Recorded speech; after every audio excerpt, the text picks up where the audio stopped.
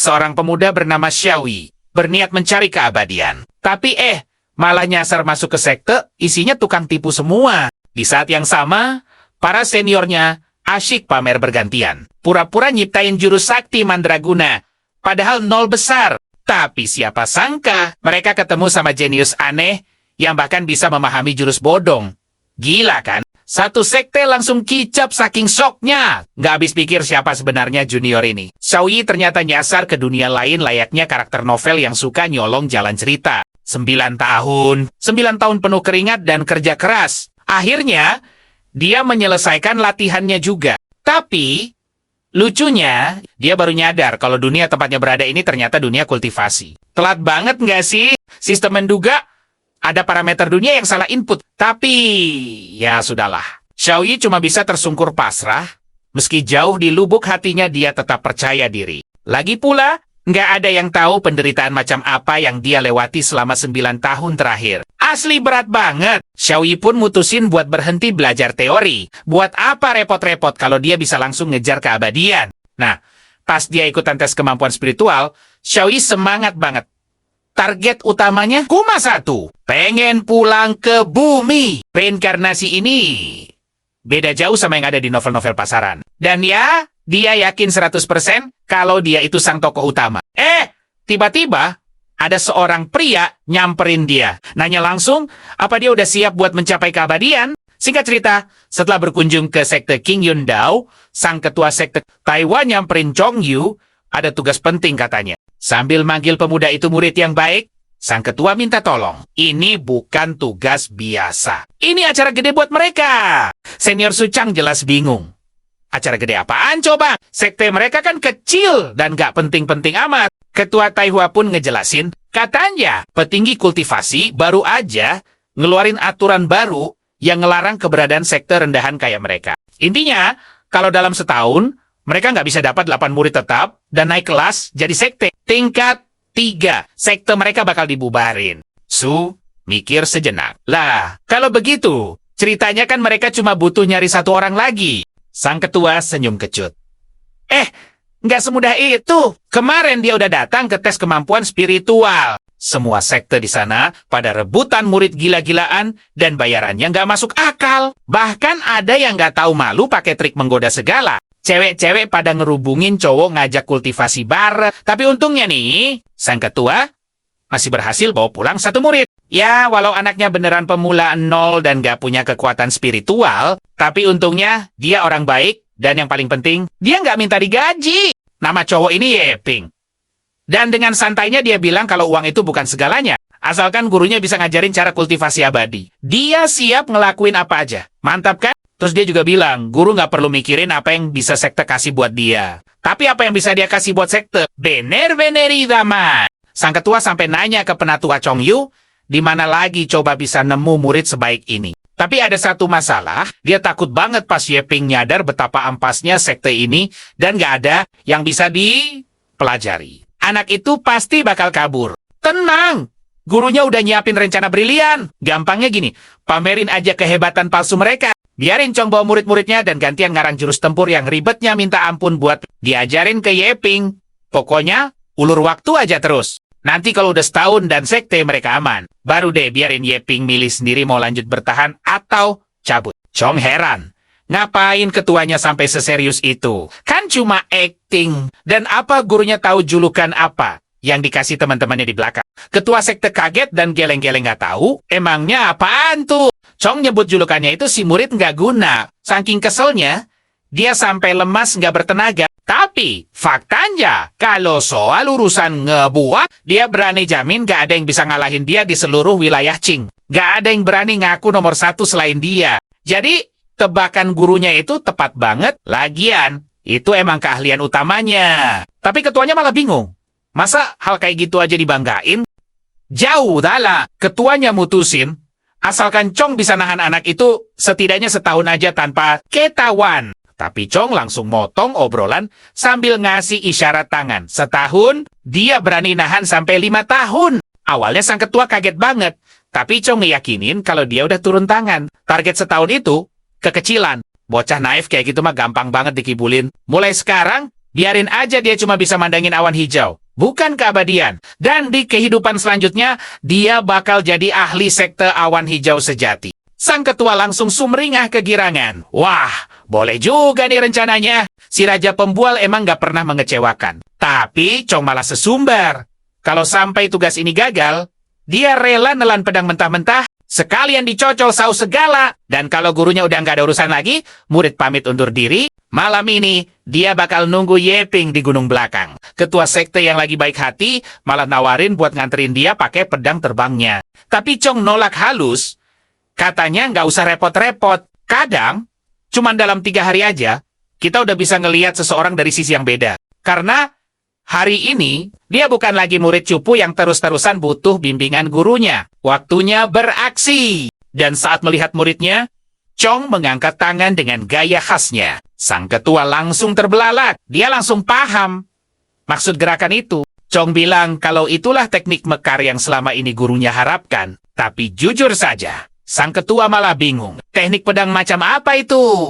Dia benar-benar tidak habis pikir. Bagaimana hal mustahil seperti itu bisa terjadi? Padahal Chong ini pendekar pedang biasa saja loh. Bayangkan, dalam 10 tahun, tidak ada satupun jurus utuh yang bisa dia kuasai. Sang ketua sangat yakin kalau muridnya itu tidak mungkin bisa melakukannya. Tapi Chong cuma tertawa. Ya mau bagaimana lagi? Sesekali dia ingin pamer sedikit. Ketuanya cuma bisa geleng-geleng. Dia menganggap itu sebuah mahakarya. Dan ya, semoga saja si murid baru nanti tidak sampai histeris melihatnya.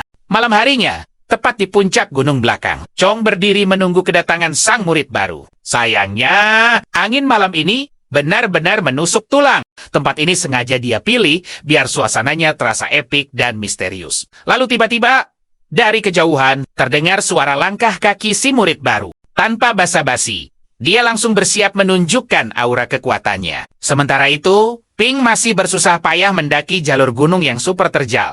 Ping benar-benar yakin, sosok ahli kultivasi itu pasti punya aura yang luar biasa. Tapi saat dia mendongak, wow, Ping langsung ternganga melihat sosok sang senior. Berdiri begitu gagah, memancarkan aura kekuatan yang benar-benar tak tertandingi. Waktunya pamer. Chong melepaskan aura kultivasinya. Aliran energi melonjak keluar dari tubuhnya. Langsung menyelimuti pedang yang tiba-tiba melesat terbang dari pinggangnya. Pemandangan yang epik. Mata Ping langsung berbinar. Dia sadar betul, itu pasti pedang terbang legendaris. Tapi tunggu sebentar.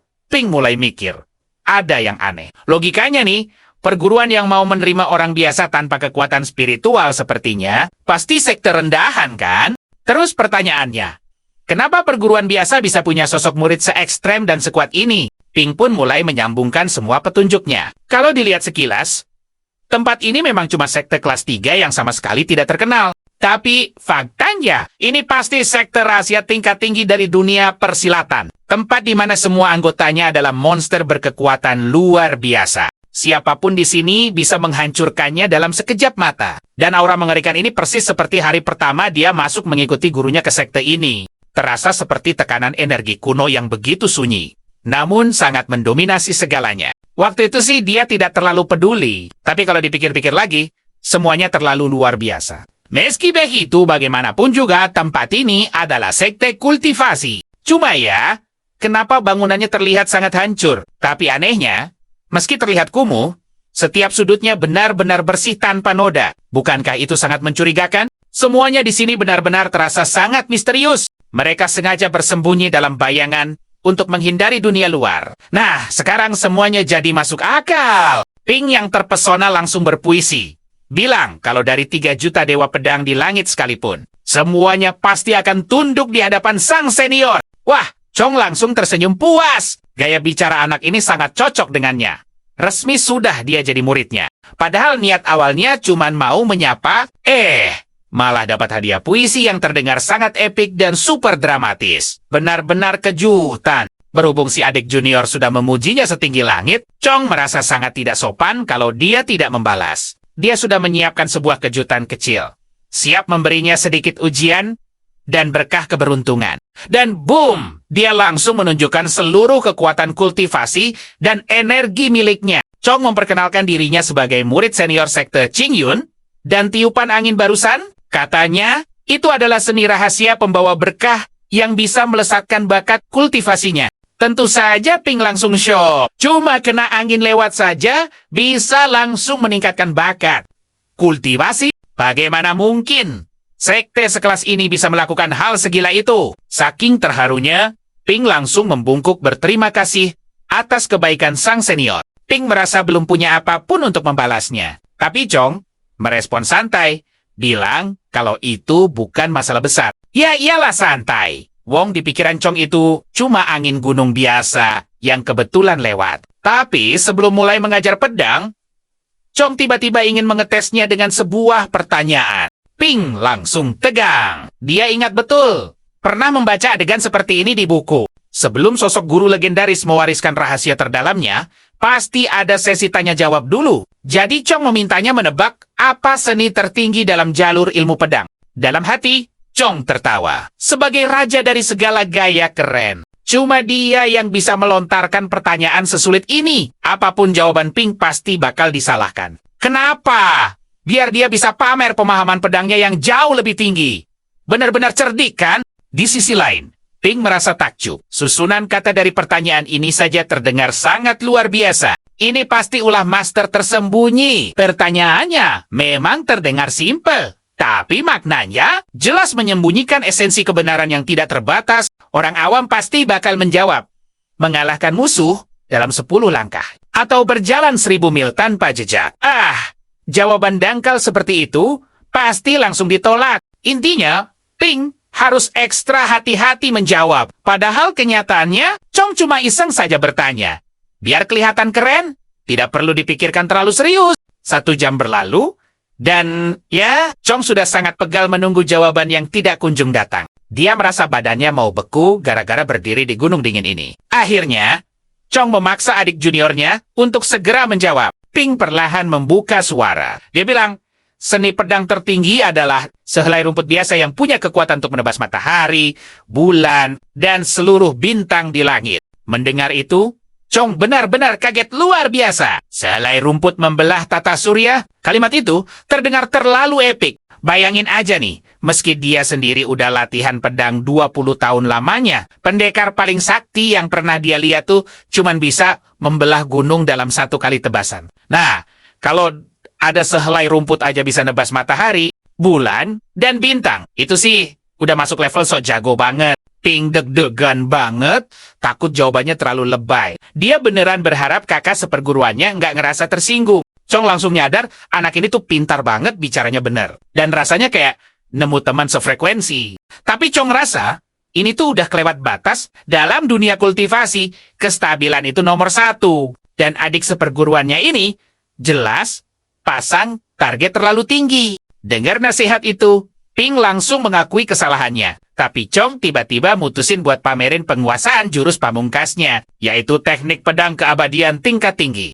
Habis selesai memperagakan jurusnya, dia bilang kalau dia bakal ninggalin 1 bekas tebasan pedang. Bekas tebasan ini emang kelihatannya biasa aja kalau mau jujur. Tapi jangan salah sangka dulu. Di dalamnya tuh tersimpan tekad pedang paling dahsyat di seluruh penjuru dunia. Seberapa jauh muridnya? Paham ya? Tergantung pada intuisinya sendiri. Dia bakal ngetes kemampuan anak itu 7 hari dari sekarang. Pink langsung paham kalau ini udah pasti tekad pedang paling gila dari seorang master rahasia. Dan dia beruntung banget. Dia nyatanya nggak sengaja nemuin sekte yang isinya para master sakti. Pas turun gunung, gadis itu noleh ke kakaknya dan mutusin buat nanya. Sebenarnya bakat apa yang dipunyai sama adik seperguruan baru mereka tersebut. Chong langsung mikir kalau adik kecilnya ini pasti lagi nguping lagi. Si cewek senyum terus bilang kalau dia cuman penasaran aja. Tapi Chong malah nyuruh dia buat nunda obrolan itu. Sang kakak pengen nanya, apa dia tahu seberapa dahsyat kekuatan dari teknik pedang yang paling tinggi itu? Adik kecilnya kaget banget dan gak ngerti apa hubungannya ilmu pedang sama semua kejadian ini. Tapi akhirnya Chong mutusin buat ngasih tahu fakta gila ini. Keahlian pedang tertinggi itu adalah pakai sehelai rumput doang buat ngebelah matahari, bulan, sampai bintang yang ada di langit. Adik perempuannya langsung syok dan memuji kemampuan akting sang kakak. Karena rupanya bakat, aktingnya itu udah meningkat tajam lagi.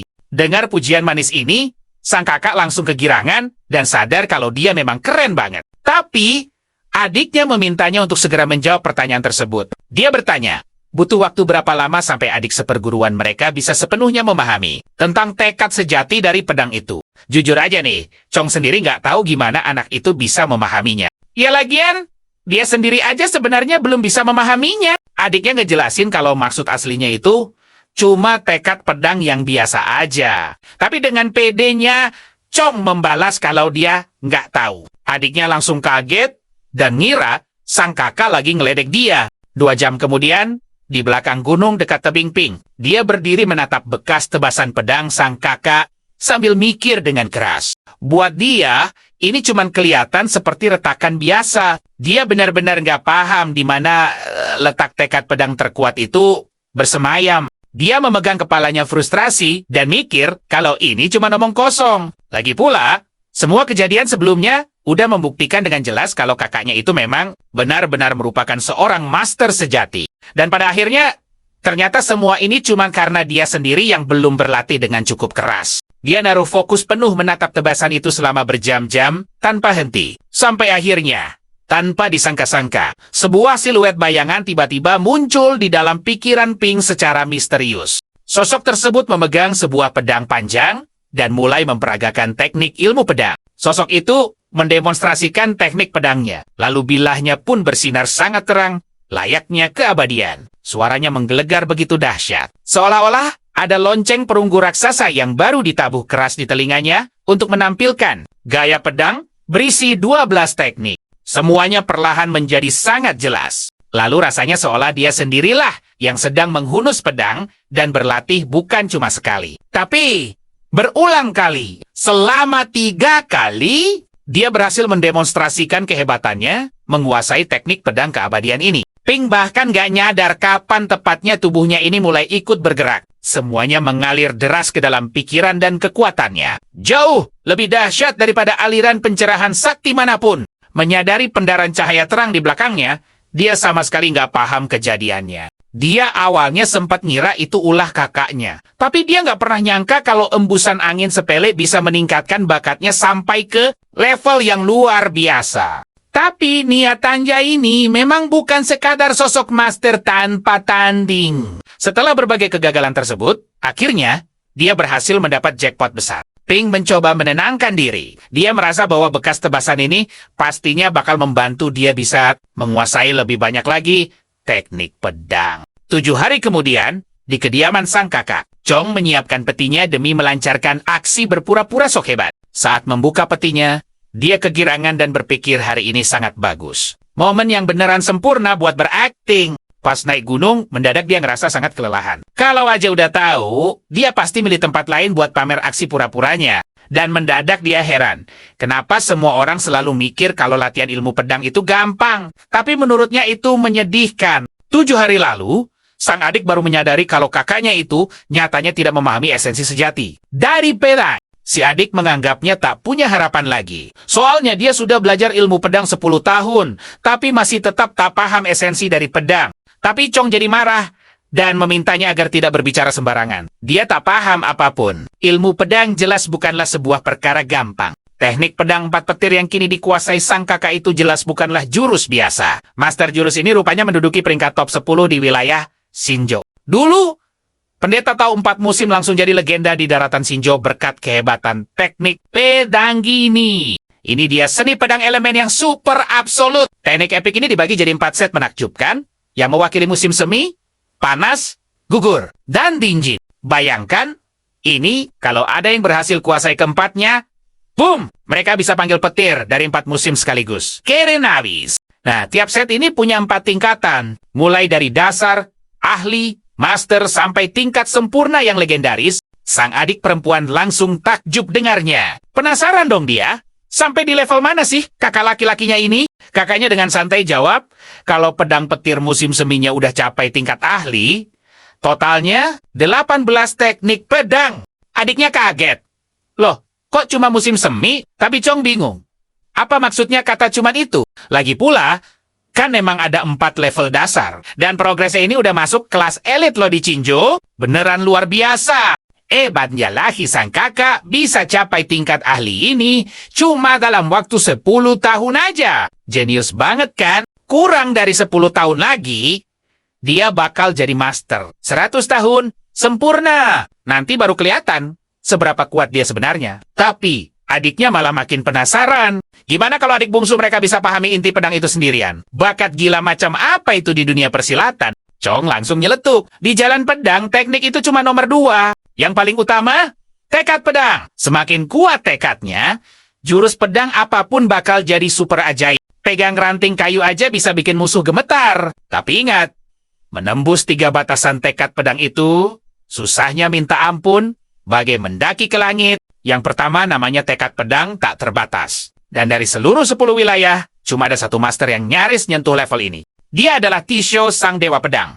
Sosok legendaris yang dihormati di X wilayah tersebut. Tapi si bungsu cuma bilang, kalau dia beneran capai itu, dia bakal ada di level apa? Chong langsung mikir, ini mustahil banget. Dan suruh lupakan aja soal adiknya. Jangankan dia jenius terhebat Qin Hao dalam 500 tahun terakhir aja, nggak bisa pahami tekad pedang tak terbatas ini. Akhirnya, Chong mendaki gunung itu. Di kepalanya terlintas, adik bungsunya udah bangun belum ya? Pas dilihat dari dekat, ada si bungsu lagi berdiri mematung di depan goresan pedangnya. Chong beneran bingung. Omong kosong macam apa ini? Lingkaran hitam gede, di bawah matanya jelas banget. Anak ini pasti begadang semalaman suntuk. Dia nggak habis pikir, anak polos ini beneran serius pelajari goresan asal-asalan itu. Parahnya, sekarang Chong malah ngerasa kayak tokoh jahatnya. Ada rasa kasihan, tapi demi sekte, anak itu harus tahan banting. Nanti deh, Chong janji bakal tebus kesalahannya. Ping mendongak. Kakaknya datang. Chong basa-basi nanya, gimana nih latihan pedangnya? Dengan wajah ceria, Ping bilang, dia udah paham semuanya. Dan itu semua berkat kesempatan emas dari sang kakak. Tapi Chong buru-buru hibur dia. Gak usah sedih. Wajar banget kok kalau kamu belum bisa paham ilmunya. Tunggu. Chong langsung terdiam. Siok berat. Dia nanya ulang. Apa barusan katamu? Ping mantap. Jawab kalau omongannya itu 100% benar. Dihitung sampai pagi ini, Ping udah kuasai total 400 jurus pedang, ha? Chong mikir ini benar-benar mustahil. Padahal, dia kan cuma isengin adiknya yang belum pernah pegang pedang. Goresan itu aja cuma coretan asal yang dia buat buru-buru. Chong tahu banget itu, coretan apa. Sekarang dia mikir, wah, si bungsu ini pasti lagi nyindir dan bikin dia kelihatan konyol. Di sisi lain, Ping malah bingung, kenapa kakaknya kelihatan kayak lagi ngeledek dia ya? Apa kakaknya ketawa karena dia cuma belajar sedikit? 400 sehari kan lumayan. Tapi Ping mikir lagi, master kayak kakaknya pasti hafal puluhan ribu jurus. Kakaknya udah suapin dia ilmu luar biasa. Kasih peluang emas buat bakatnya yang pas-pasan ini. Bahi kakaknya belajar 1000 teknik sehari pasti gampang banget. Kayak membalik telapak tangan. Chong akhirnya bilang, udahlah nggak usah bohong. Jurus ini tuh rumit banget. Jadi wajar kalau kamu gagal kuasai semuanya. Dia janji nggak bakal meremehkan Ping. Tapi Ping ngeyel, menegaskan lagi kalau dia sama sekali nggak bohong. Dia beneran udah kuasai 400 jurus. Ping jadi kepikiran, jangan-jangan kakaknya mikir dia bahkan nggak pantas buat belajar sebanyak itu. Tapi Ping yakin, biarpun bakatnya lemah, sang kakak yang udah kasih jalan. 400 jurus itu nggak ada apa-apanya. Dia pasti bisa. Di saat bersamaan, Chong malah mikir sebaliknya. Astaga, ada lagi nih murid yang meremehkan kerasnya jalan pedang. Dan jujur aja, kali ini Su Chong beneran agak emosi. Emang sih, dia bukan master tingkat dewa, tapi rasa sakit yang dilewati orang biasa buat berkembang itu sama sekali nggak main-main. Parahnya, mereka sering diejek karena progresnya lambat. Sakit banget kan rasanya. Makanya, Chong milih ngalah dan minta adiknya tunjukkan jurus itu. Waktunya memberi pelajaran berharga. Dia bakal bantu anak muda ini menyadari realitas dunia persilatan. Nggak berani nolak.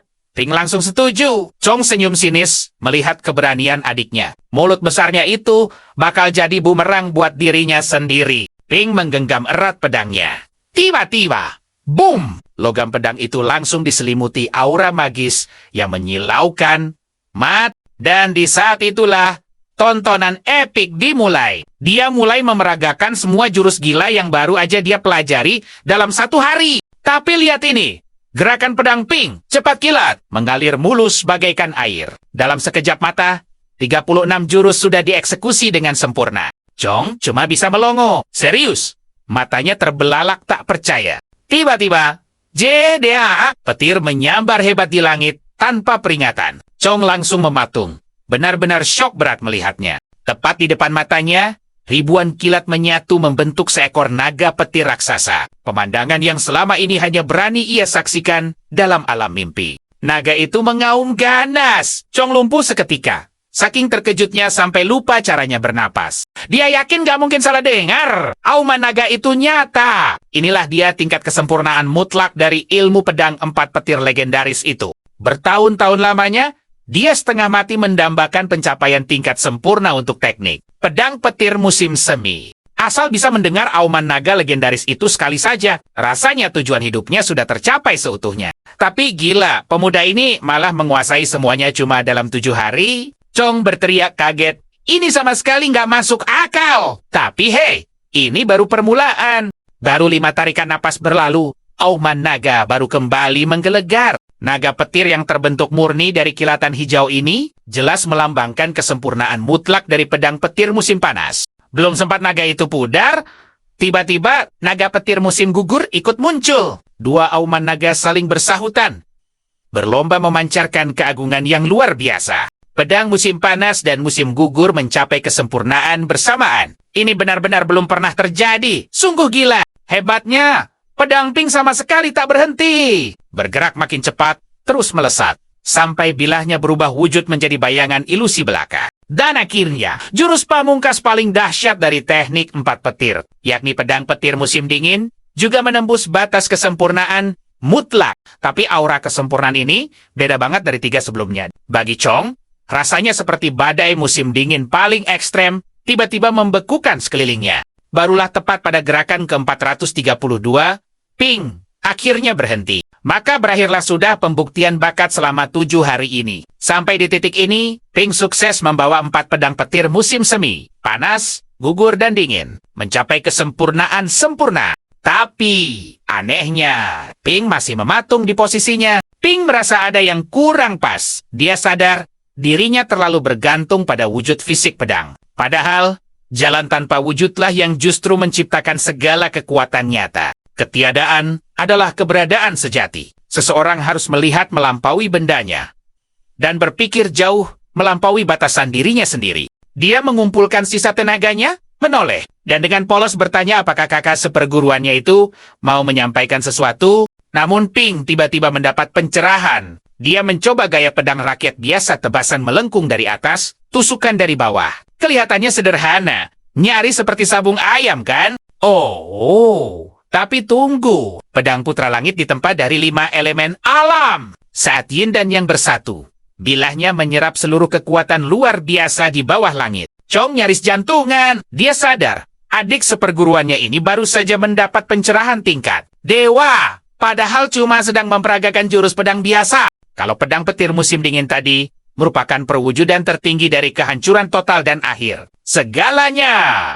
Maka aura yang memancar sekarang justru kebalikannya. Aura ini memancarkan kehangatan, seolah membawa energi kelahiran kembali dan kehidupan yang baru. Dalam satu kedipan mata, rasanya seperti ribuan tahun terlewati. Energi kehidupan yang melimpah ruah itu mengalir tanpa henti, memancarkan pesona luar biasa. Chong menatap lekat pedang tak kasat mata di depannya. Di detik itu juga, dia merasa pedang tersebut telah menjelma menjadi seluruh isi dunia ini. Gila!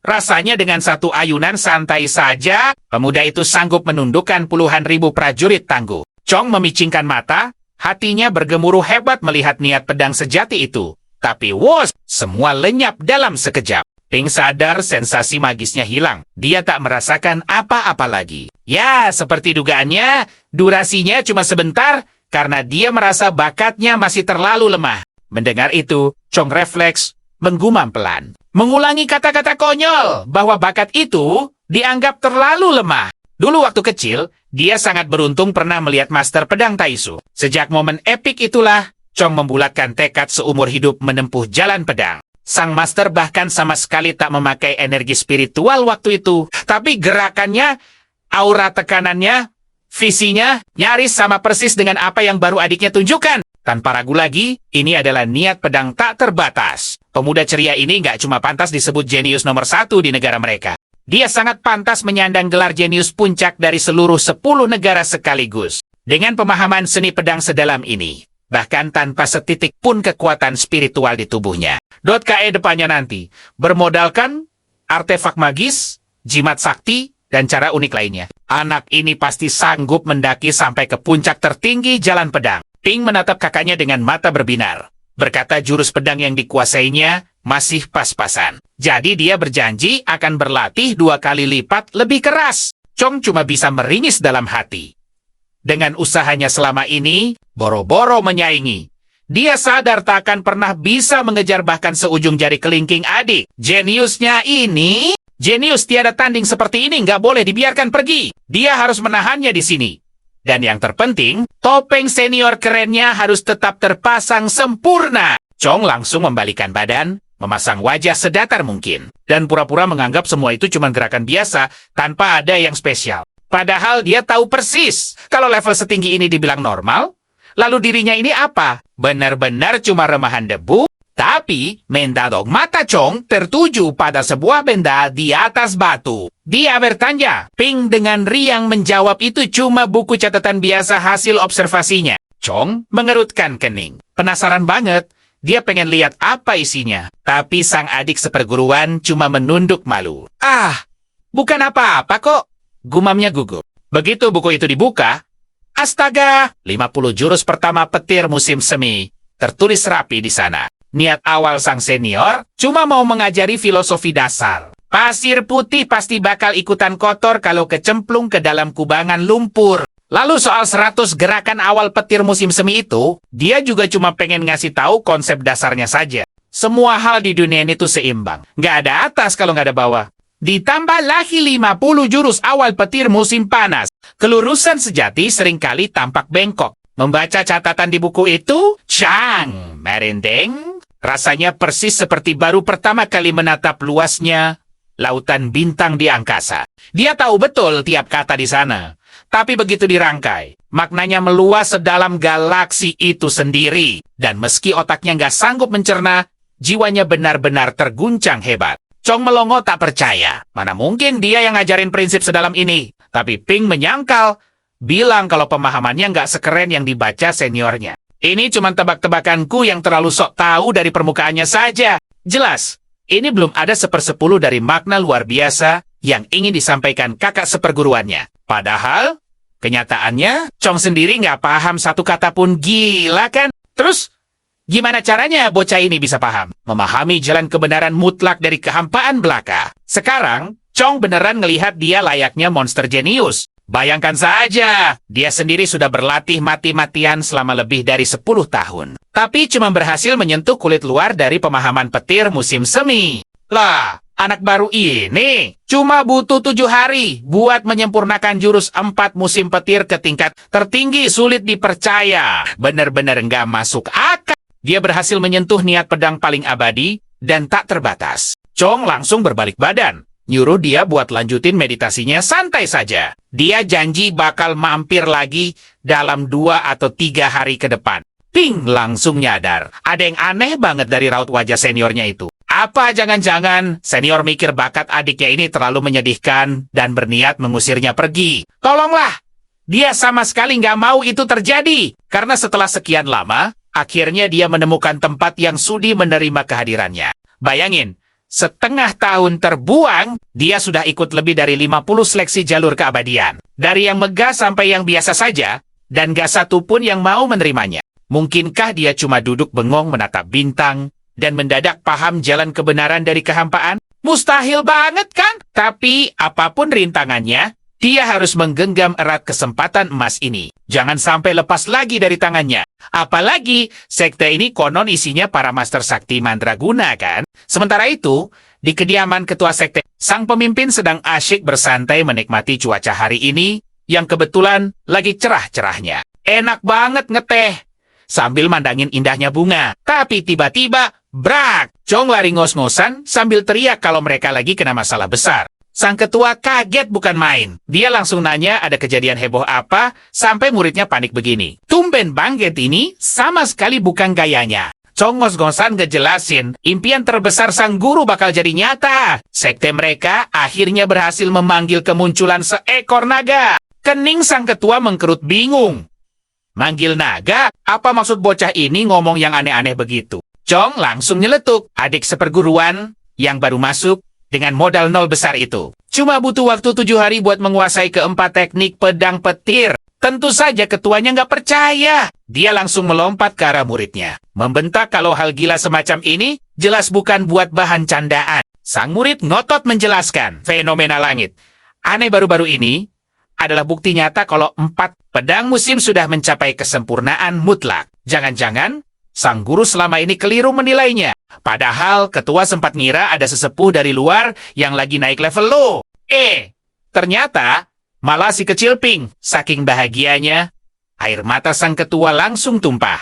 Terharu banget sekte Cinyundao mereka akhirnya melahirkan sosok jenius tulen. Ketuanya sampai pingsan saking senangnya. Waduh! Chong buru-buru menampar pelan pipinya. Guru-gurunya santai sedikit dan jangan terlalu gembira sampai kebablasan begini. Sang pemimpin bangun, lalu menyiram kepalanya pakai secangkir air dingin demi menenangkan. Jantungnya yang berdebar kencang. Habisnya, dia hampir saja jantungan. Apalagi, peramal pernah bilang bakal ada masalah besar yang menantinya tepat di usianya yang menginjak angka 100 tahun. Tapi Chong mendadak resah. Kalau si bungsu jenius ini terus menetap di sekte kecil mereka, bukankah mereka malah bakal menghambat potensi luar biasanya? Gurunya terkekeh dan bilang dia terlalu parno. Ingat, Ping sudah ikut 50 seleksi jalur langit, dan gak ada satupun sekte yang mau menerimanya. Cuma kita yang berani milih dia. Ini tuh anugerah dari langit buatnya, dan juga buat sekte kita. Ngerti kan? Gak ada yang perlu dikhawatirkan. Lagi pula, dunia kultivasi itu soal takdir, yang lain buang muka.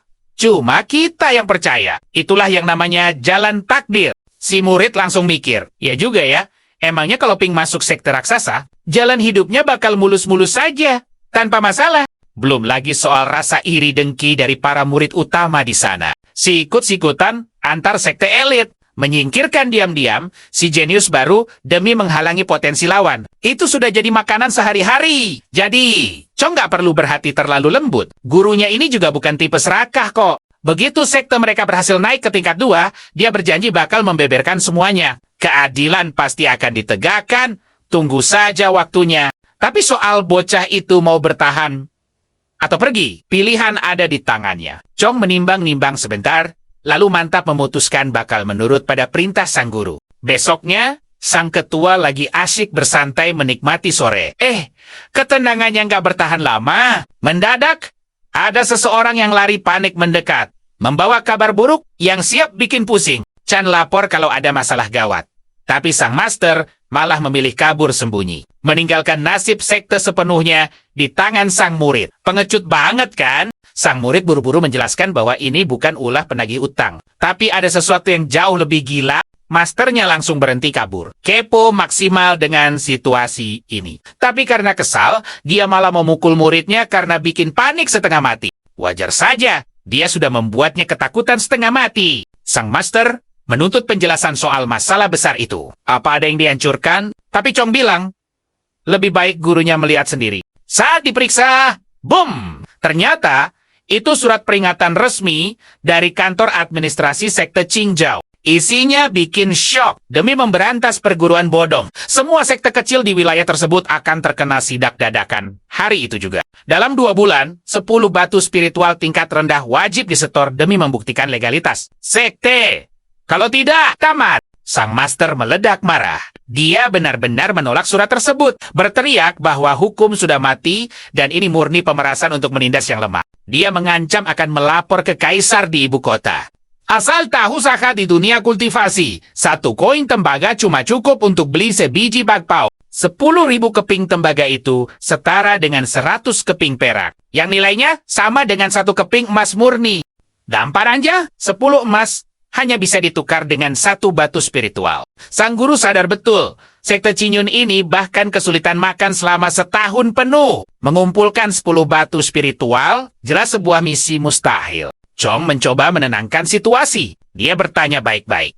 Berapa banyak sisa batu spiritual yang sekte miliki? Wajah sang master langsung memerah menahan malu. Dan dia hanya membalas dengan mengangkat jari tangannya. Pas melihat angka di jari itu, Chong langsung lega. Wah! 70 batu spiritual sih, jelas lebih dari cukup. Tapi masternya menggeleng lemah. Tidak mungkin. Chan berpikir keras. 70 keping emas memang berat, tapi perlahan pasti bisa terkumpul. Tunggu dulu. Melihat wajah gurunya yang makin pucat pasi, dia mulai curiga jangan-jangan maksudnya cuma 70 perak. Sang guru memalingkan wajahnya dengan sangat malu. Sambil berbisik, dia jujur cuma tersisa 70 koin tembaga. Chong langsung ngeblank. Astaga, bagaimana ceritanya bisa separah ini? Sengenes-ngenesnya mereka, ini tetaplah sebuah perguruan. Sang master akhirnya mengaku dengan lirih kalau sekte mereka sebenarnya sempat punya tabungan rahasia. Dia pikir sayang kalau uang peraknya cuma berdebu dan tidak diputar. Lalu, dia mencoba hal baru, sebuah program dana investasi kultivasi. Katanya sih, sangat menggiurkan. Kalau menaruh modal di sana, kamu bakal dapat penghasilan bernominal besar setiap bulannya. Bikin ngiler kan? Dia sampai susah payah berebut slot investasi. Tapi, siapa sangka, saat dia sibuk memikirkan untung bunga, para penipu itu justru mengincar modal utamanya. Benar-benar gila. Dalam beberapa hari saja, mereka menguras seluruh uang sekte.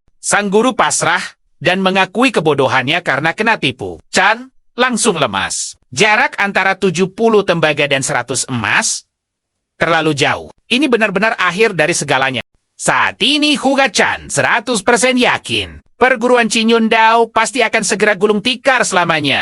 Tapi tiba-tiba sang master bangkit. Dia berjanji akan pasang badan. Kalau tidak ada jalan lain, dia nekat mempertaruhkan nyawa dan pergi ke pegunungan hutan sunyi untuk mencari solusi. Mereka akhirnya mendapatkan murid jenius. Sekte ini tidak boleh hancur begitu saja. Duar! Tiba-tiba semuanya bersinar terang, dan kilatan petir menyambar dari arah gunung. Sang master melongo, kaget bukan main melihat dari mana asal kekuatan itu. Chong langsung panik, dan memastikan itu berasal dari area tempat tinggal adik seperguruannya. Chong tak percaya adik kecilnya berhasil menembus batasan tingkat lagi. Sang guru, dia menganggap hal gila seperti itu sangatlah mustahil terjadi. Bahkan seorang jenius pun tidak berlatih sebrutal ini. Tapi semangat sang master kembali membara. Dia langsung memutuskan turun gunung saat itu juga demi mencari cara mendapatkan batu spiritual. Sang naga telah menampakkan wujudnya. Kini, apapun risikonya, dia akan bertarung mati-matian agar perguruannya tidak dibubarkan begitu saja. Nasib perguruan ada di genggamannya. Dan yang terpenting, dia harus membimbing murid jenius itu dengan benar dan jangan sampai menjerumuskannya lagi. 7 hari berlalu. Pin sibuk berlatih tanpa niat turun menemui orang lain. Dia menunjukkan penguasaan pedang tingkat tertinggi dengan eksekusi tanpa celah. Sempurna. Chong cuma bisa menelan ludah. Kaget luar biasa melihat adiknya menguasai puluhan teknik hanya dalam sepekan. Kalau begini terus, bocah itu bakal mencapai puncak dalam sekejap. Tapi Chong terpaksa memalingkan wajah, tekanan auranya benar-benar terlalu mengerikan. Pin menyadari kehadiran kakak seperguruannya, dan otomatis berhenti untuk menyapa. Chong buru-buru menyuruhnya rileks dan langsung menanyakan progres latihannya selama ini. Dengan senyum polos, Pin mengaku sudah hafal 460 teknik. Memang cukup susah, tapi dia berhasil melakukannya. Otak Chong seketika error. Ratusan teknik dilahap habis. Dia benar-benar syok berat dan bingung harus berekspresi seperti apa sekarang. Tiba-tiba, dia mendapat ide. Dia menyuruh adiknya mendengarkan petuahnya baik-baik. Biarpun teknik pedangnya sudah sempurna, ini baru pemanasan kawan. Setelah itu ada yang namanya kekuatan pedang, dan puncaknya, sebuah niat pedang. Jumlah teknik pedang itu ribuan, tapi satu tebasan murni dari kekuatan pedang. Serangannya bisa menghancurkan semua gabungan teknik biasa itu sekaligus. Dan ingat, hanya dengan menguasai kekuatan absolut ini, seseorang baru pantas menyandang gelar master pedang sejati. Intinya, sang kakak senior hanya mencari alasan untuk pamer. Kalau enggak, dengan bakat cowok ini, semua kebohongannya bakal ketahuan dalam 3 hari. Tapi tiba-tiba, Pin jadi super penasaran nih. Kakaknya itu sebenarnya udah sampai level mana sih? Chong menatap langit dengan gaya super keren. Lalu menjawab kalau Pin itu cuma murid rendah hati yang baru saja melangkah masuk ke level pertama. Dari jalan pedang legendaris yaitu niat pedang tanpa batas. Padahal, dalam hatinya, wah, dia senang banget bisa pamer begitu. Tapi di sisi lain, Pin benar-benar kaget luar biasa saat mendengar soal niat pedang dan tingkat tanpa batas itu. Sesuai dugaannya, kakaknya ini memang sosok master tersembunyi yang sejati. Chong lalu menjelaskan, dengan menguasai kekuatan pedang itu, dia sudah melangkah masuk ke ranah yang paling tinggi. Kekuatan itu punya 3 tingkatan luar biasa. Dan yang pertama dari semuanya adalah niat pedang tanpa batas. Dan tolong jangan salah sangka, walau itu baru level pertama loh. Kalau ada yang berhasil mencapainya, dia pasti bakal langsung jadi nomor 1 di antara 10 negara. Pin memikirkan hal itu sejenak. Lalu yakin banget kalau kakaknya pasti udah jadi nomor 1 di antara 10 negara tersebut. Dia tahu para master itu hebat, tapi nggak nyangka bakal sehebat dan sekeren ini. Terus, kalau dia berguru padanya, bukankah dia bakal jadi orang terkuat kedua di seluruh 10 negara? Nasibnya benar-benar berubah drastis sebagai naga. Dan Pink sama sekali nggak pernah menyangka bakal melihat hari seindah ini. Dengan mata berbinar, Pin berjanji pada kakaknya kalau dia pasti akan berusaha keras dan menyusulnya. Dalam hidup ini, dia juga bertekad mencapai niat pedang tanpa batas. Dan saat dia jadi orang hebat nanti, dia nggak bakal pernah melupakan kebaikannya.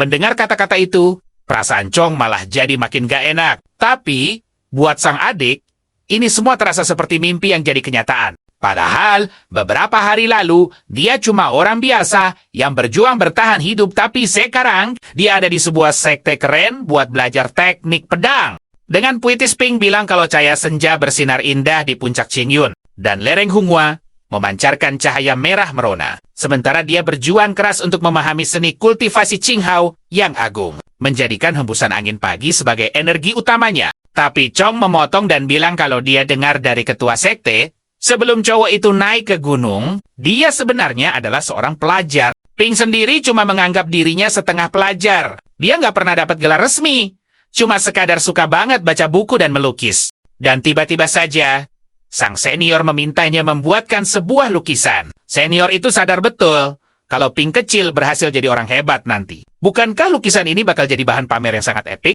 Bisa dibilang kalau kultivator pedang terkuat di negara Jing pernah melukis khusus buat mereka. Di kehidupan sebelumnya, Pink sengaja ikut klub seni murni demi memikat hati cewek pujaannya. Dia berlatih super keras selama 3 tahun sampai akhirnya jago melukis. Tapi, sedihnya cewek pujaan hatinya itu malah kabur sama cowok kaya raya dari kalangan elit. Ya, kemampuan melukis ternyata nggak bisa nyelamatin jomblo ngenes ini. 1 jam kemudian, Pink udah memegang kertas di tangannya, siap buat mulai melukis lagi. Senior itu terus memperhatikannya dengan saksama. Dia baru sadar, saat lagi serius begini, Pink kelihatan lumayan tampan, hampir mirip pesonanya dengan sang kakak. Tiba-tiba, Pink ngasih tahu seniornya kalau lukisannya udah selesai. Tapi Chong mutusin buat menilai lukisan itu dulu. Santai aja, dan gak perlu ada yang dikhawatirkan. Begitu dia membuka gulungan lukisan itu, matanya langsung terbelalak kaget. Sampai-sampai dia nggak bisa mempercayai penglihatannya sendiri. Karyanya dibuat dengan sangat indah, sampai semuanya kelihatan nyata banget. Dia bahkan merasa cahaya senja yang hangat, benar-benar menyelimuti langit di dalam lukisan tersebut. Deretan pegunungan Qingyun tergambar seperti surga dunia, sementara bunga, rerumputan hijau, dan pepohonan di sana seolah-olah hidup. Tingkat realismenya jauh lebih menakjubkan lagi kalau melihat detail-detail kecilnya. Tapi yang paling menarik perhatiannya tentu saja adalah sosok utama di lukisan itu. Hanya dari siluetnya saja sudah sangat cukup untuk menangkap aura agung dan harisma yang luar biasa dari sang master pedang abadi tersebut. Dan dia sampai merasa kalau sosok itu kapan saja siap melompat keluar dari kanvas untuk langsung memukau hati para penontonnya. Chong benar-benar menyukai lukisan luar biasa tersebut dan menganggapnya sebagai sebuah mahakarya. Kalau ada kekurangannya, paling cuman karena lukisan itu gagal menangkap ketampanannya secara maksimal. Sambil tersenyum, Pin menjawab kalau dia selalu ingin menunjukkan rasa terima kasih atas bimbingannya. Dan karya ini murni cuma sebagai tanda apresiasi kecil darinya. Chong langsung kaget. Dan rasa takjub itu benar-benar terpancar jelas di kedua matanya. Di sudut tulisan, dia melihat ada gelar pertapa yang disematkan untuknya. Tiba-tiba saja, dia mendengar suara ketua sekte yang menyatakan diri sebagai mentornya dan berjanji akan memikirkan cara hebat untuk menyelamatkan sekte mereka.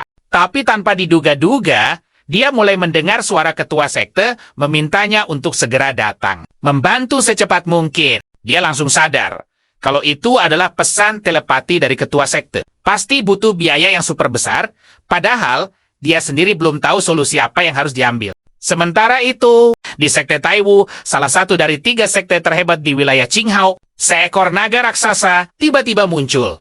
Dan semua keajaiban ini terjadi tepat di tebing pemahaman pedang. Banyak orang berkerumun di bawah tebing, takjub menonton semua kejadian luar biasa itu. Cowok yang berdiri di sana ternyata sudah menunggu momen warisan leluhurnya ini selama 4 musim penuh. Cuma 1 goresan pedang, tapi auranya sungguh menakjubkan. Namun gadis di sebelahnya langsung menyuruh cowok itu untuk jangan bicara omong kosong. Kalau nggak begitu, ngapain mereka duduk di sini?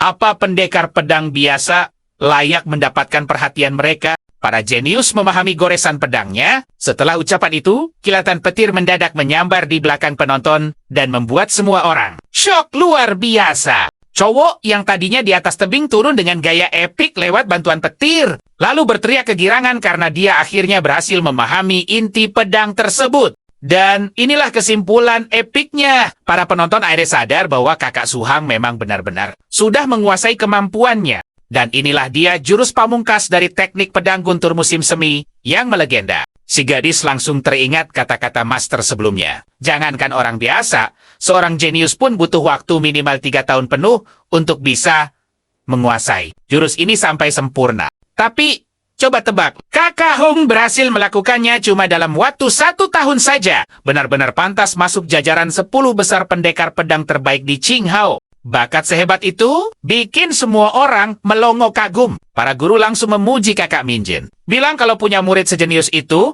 membuktikan betapa tajam instingnya dalam memilih murid. Dan siapa tahu kan, di turnamen besar Qinghao kali ini, dia mungkin saja bisa langsung merebut posisi juara pertama.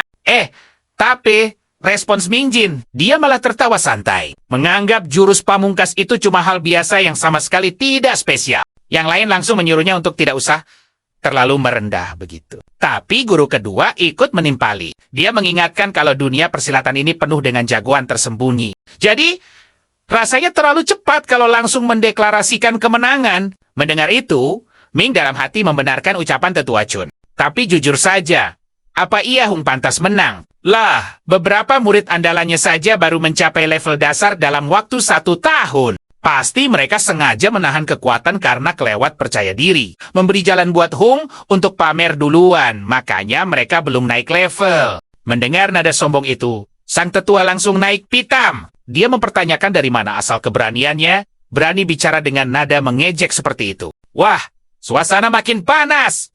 Si Hunyo Ere buru-buru menengahi, meminta para seniornya untuk tenang dan tidak bertengkar karena mereka kan masih satu kubu. Oke, target juara pertama mungkin agak berlebihan. Tapi kali ini, ketua sekte sudah memberi perintah mutlak apapun yang terjadi. Mereka wajib masuk peringkat 10 besar. Karena 2 orang ini baru saja selesai melakukan pertapaan panjang, makanya mereka sama sekali tidak tahu kabar terbaru ini. Dengar baik-baik, siapapun yang berhasil tembus 10 besar bakal dapat token emas untuk masuk ke menara pedang Taiship. Dan ya, kita semua tahu betapa gilanya keuntungan kalau bisa lulus dari ujian menara legendaris itu. Bukannya panik, Mingyan malah tersenyum lebar. Dia merasa kalau takdir sendiri yang sedang berpihak kepadanya saat ini.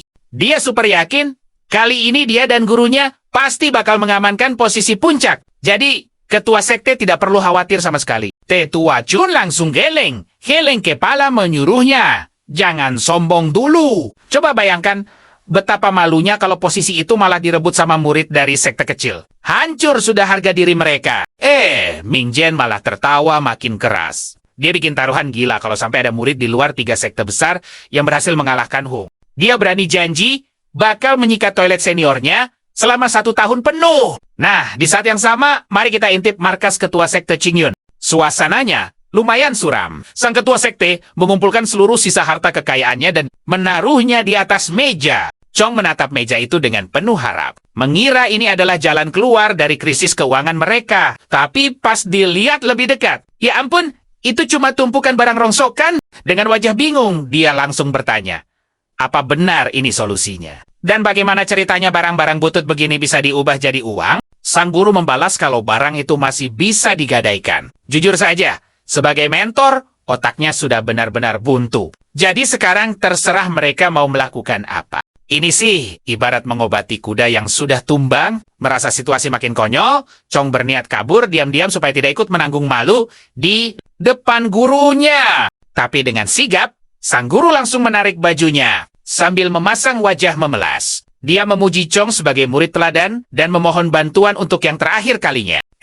Tunggu dulu. Mata si guru tiba-tiba tertuju pada gulungan di tangan muridnya. Chong menjelaskan santai kalau itu cuma lukisan pemberian dari juniornya. Tanpa babi bu, si guru langsung merampas gulungan itu dan lari terbirit-birit. Dia berteriak frustrasi bilang kalau sekte mereka sudah di ujung tanduk. Tapi muridnya malah sibuk mengurus hal seni. Pokoknya, lukisan itu bakal ikut digadaikan juga. Saat ini, setiap keping koin sangat berharga. Tapi Chong berusaha meyakinkan kalau lukisan itu sama sekali tidak ada harganya. Chong terus memohon agar kakek tua itu mengembalikan lukisannya. Singkat cerita, bergeserlah mereka ke sebuah toko pegadaian populer di kota bernama Lizzie. Sang pemilik toko menyambut dengan senyum selebar mungkin. Benar-benar ramah dan mempersilakan semua pelanggan untuk segera masuk ke dalam.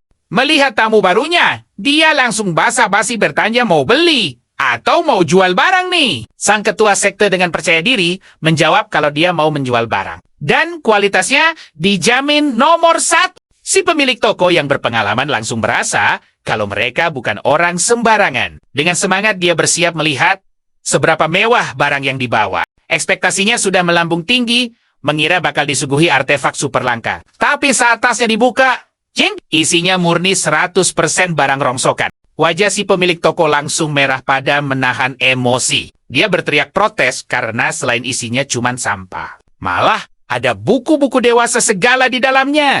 Mendengar itu, sang ketua sekte langsung tersentak. Dia baru ingat kalau itu adalah album foto nona cantik edisi super terbatas.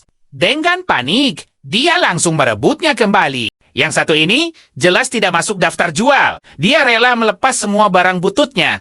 Tapi album koleksi pribadinya, tidak akan pernah meskipun sekte mereka harus gulung tikar sekalipun. Bikin ngakak mendengar hal itu. Chong malah ikut-ikutan memelas. Minta dipinjami albumnya juga. Ajaibnya, sang guru sama sekali tidak menolak dan langsung setuju. Balik ke urusan bisnis, sang ketua mulai beraksi. Dia menawarkan harga diskon spesial meminta 10 keping emas untuk semua tumpukan barang itu. Bos toko jelas jantungan mendengarnya. 10 keping emas buat barang bekas. Dia langsung menuduh kalau pelanggannya ini sudah benar-benar kehilangan akal sehat. Tapi si ketua tidak mau menyerah. Dia bersikeras kalau pemilik toko tidak mengerti arti sebuah kualitas. Dia menyuruhnya memeriksa material bantal kusam itu dengan teliti. Katanya sih, itu terbuat dari sutra katak emas yang langka. Sayangnya, si pemilik toko sudah kebal dengan bualan. Dia menolak mentah-mentah dan menyuruh mereka menjualnya ke tempat lain saja. Karena sudah kepepet, sang ketua menurunkan egonya dan memberi harga teman. Cukup 8 koin saja untuk memborong semuanya. Tapi tebak, bos toko tetap menggeleng tegas. Si ketua sekte yang malang akhirnya pasrah total. Dia menurunkan harganya menjadi 5 koin saja. Ini benar-benar harga mentok dan dia tidak bisa turun lebih rendah lagi. Namun di saat putus asa itu, perhatian si bos toko tiba-tiba tertuju pada lukisan di tangan Chong. Dia penasaran dan meminta izin untuk melihatnya. Chong yang santai langsung menyerahkannya begitu saja. Pemilik toko itu melihat kertas syuen tersebut. Dia langsung sadar, mereka ini bukan orang susah. Terus, ngapain coba repot-repot ngejek toko mereka? Sang guru jelas kaget banget dengar ini. Kertas itu harganya selangit loh. Si pemilik menatap tajam dan bilang, tebakannya nggak mungkin salah. Ini jelas kertas su yang asli. Nilainya pasti lebih dari 10 tael emas. Luar biasa. Tapi tunggu dulu. Saat melihat lebih dekat, dia menyadari ada tulisan pink di sudutnya. Matanya terbelalak. Kaget. Dia langsung memanggil Xiaolu untuk segera bicara 4 mata dengannya. Sang guru mulai panik melihat mereka kasak kusuk di pojokan. Lu lalu bertanya pada pemilik kedua apa dia benar-benar yakin dengan hal ini. Pemilik itu mengangguk, mantap. Ini pasti karyanya. Dia lalu minta maaf pada mereka dan bilang bos besar harus melihat ini secara langsung. Boleh minta waktu sebentar? Guru dan Chong saling pandang. Sikap orang-orang ini berubah drastis banget. Akhirnya, mereka berdua mengangguk setuju. 1 jam berlalu. Si pemilik kembali dan bilang, tetua di toko mereka sangat yakin. Orang yang membawa barang langka ini jelas bukan orang sembarangan, melainkan profesional sejati. Dia memohon agar mereka berhenti mempermainkan toko kecil ini. Chong baru aja mau jujur kalau itu bukan barang langka. Tapi tiba-tiba, hap! Sang guru langsung mencubit kedua pipinya keras-keras. Menyuruh muridnya, diam. Guru kita ini putar otak. Dia pasang wajah super serius. Lalu mengangkat jari-jarinya untuk menunjukkan harga yang dia mau. Sang guru membatin. Melihat reaksi panik mereka, Sepertinya ada salah paham besar di sini. Dan sekarang, ini jadi ajang adu nyali murni. Dapat 50 koin bot itu sudah masuk akal. Untung saja dia bisa bereaksi dengan cepat dan tepat. Pemilik toko itu terdiam, mulai mikir keras. Chong berusaha memberi kode kalau gurunya ini terlalu serakah. Tapi sang guru berbisik. Muridnya nggak paham. Ini murni strategi. Tiba-tiba, pemilik toko angkat bicara. Keputusannya sudah bulat. Dia berani menawar 5.000 koin bot. Sang guru bersorak girang di dalam hatinya. Tapi tunggu. Pas dicerna lagi, dia syok berat dengar nominal gila itu. Si pemilik menunjuk jari sang guru. Sepakat di angka 5.000 koin bot. Sang guru mengira orang ini lagi bercanda. Dia pun bertanya sekali lagi untuk memastikan. Pemilik itu bingung.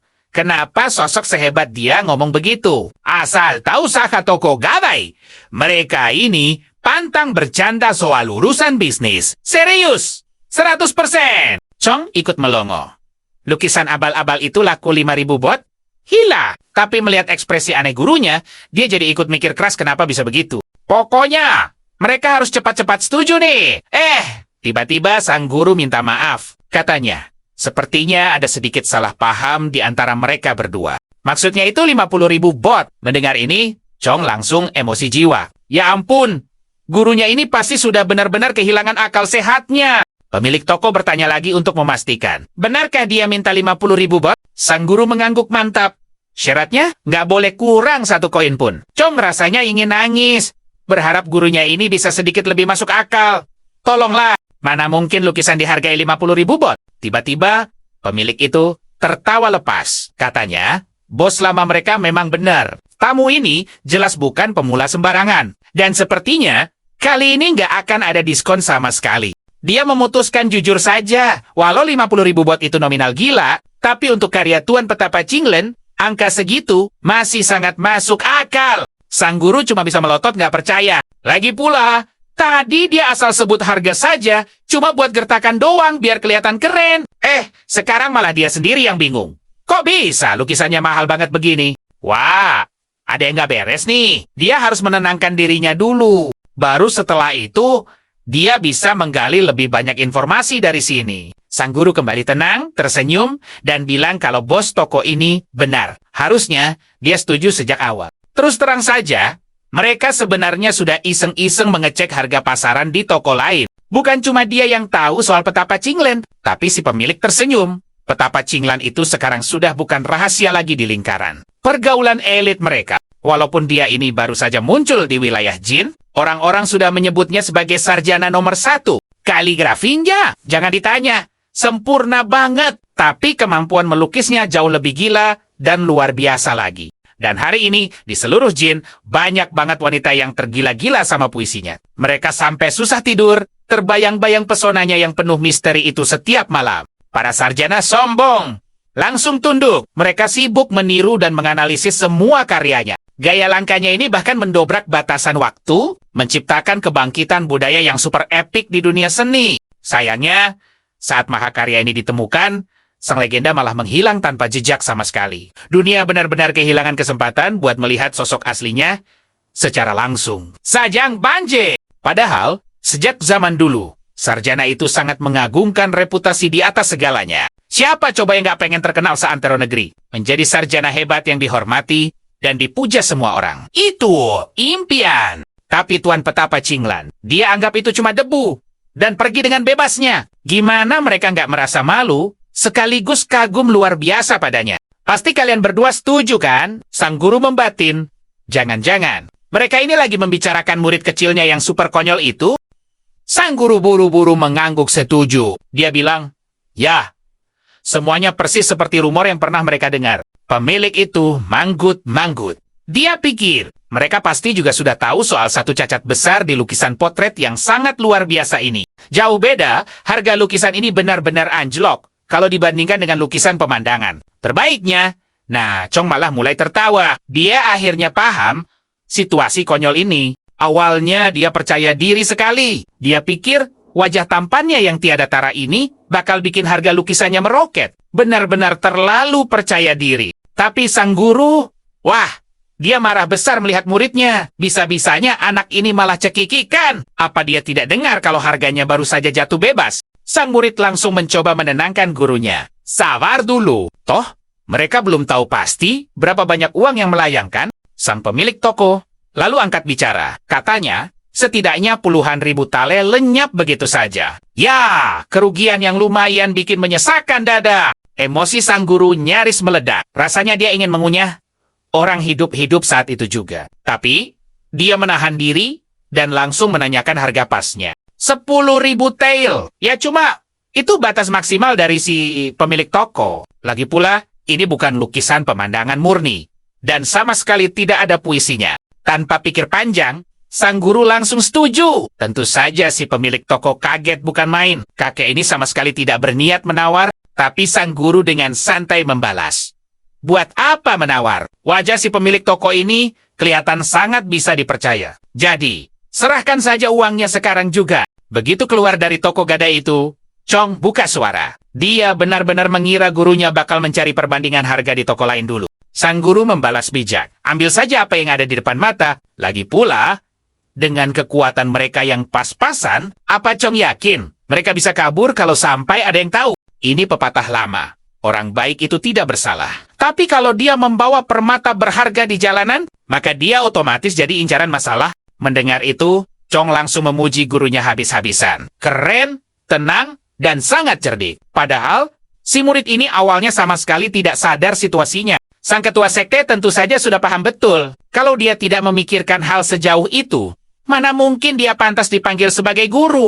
Lalu tiba-tiba, dia bersorak heboh. 10.000 tale. Tapi sedetik kemudian, dia marah lagi dan memukul muridnya. Kenapa harus lukisan wajah? Gara-gara itu mereka rugi puluhan ribu. Sambil mengaduh kesakitan, Chong membela diri. Mana dia tahu kalau lukisan potret wajah ternyata sama sekali tidak ada harganya di pasaran. Sang guru menatap tumpukan uang itu dalam-dalam. Dia mulai berpikir, siapa sebenarnya si kecil Pink ini? Dan seberapa banyak rahasia yang dia sembunyikan? Tapi Chong langsung menengahi. Dia yakin adik seperguruannya itu pasti punya kesulitan tersendiri. Yang jelas, dia sangat percaya kalau Pink bukanlah orang jahat. Sang guru mengangguk pelan. Dia juga harus mengakui satu hal. Murid mudanya yang satu itu memang terlihat punya niat yang sangat tulus. Kalau memang begitu, biarkan saja jadi rahasia. Simpan rapat-rapat di dalam hati. Tidak perlu memaksa mencari kebenaran. Saat dia siap, dia pasti akan cerita dengan sendirinya. Cukup sudah omong kosongnya. Sekarang waktunya bergerak. Chong jelas kaget dan langsung kebingungan. Tunggu! Mereka sebenarnya mau pergi kemana? Sang guru tersenyum lebar. Adik seperguruan mereka sudah berkorban banyak untuk sekte. Jadi sebagai mentor, ini saatnya memberikan hadiah balasan yang benar-benar layak. Chong sama sekali tidak punya bayangan hadiah elit macam apa itu. Tapi begitu sampai, rahangnya nyaris jatuh. Mereka berdiri tepat di depan pavilion asal-usul misterius. Chong ragu-ragu dan menarik baju gurunya. Bukankah ini terlalu berlebihan? Maksudnya, semua orang juga tahu kalau ini adalah toko paling mahal di seluruh kota. Tapi sang ketua sekte malah mengangkat alis dengan santai. Apa yang perlu ditakutkan? Lagi pula, ini uang hasil jerih payah si adik. Karena anak itu adalah jenius. Mereka wajib memberikan fasilitas terbaik demi masa depan sekte awan hijau mereka. Dan tolong ya, buang jauh-jauh pikiran buruk soal anak itu. Dia sama sekali bukan tipe orang yang rakus, penggoda, atau tidak bisa diandalkan.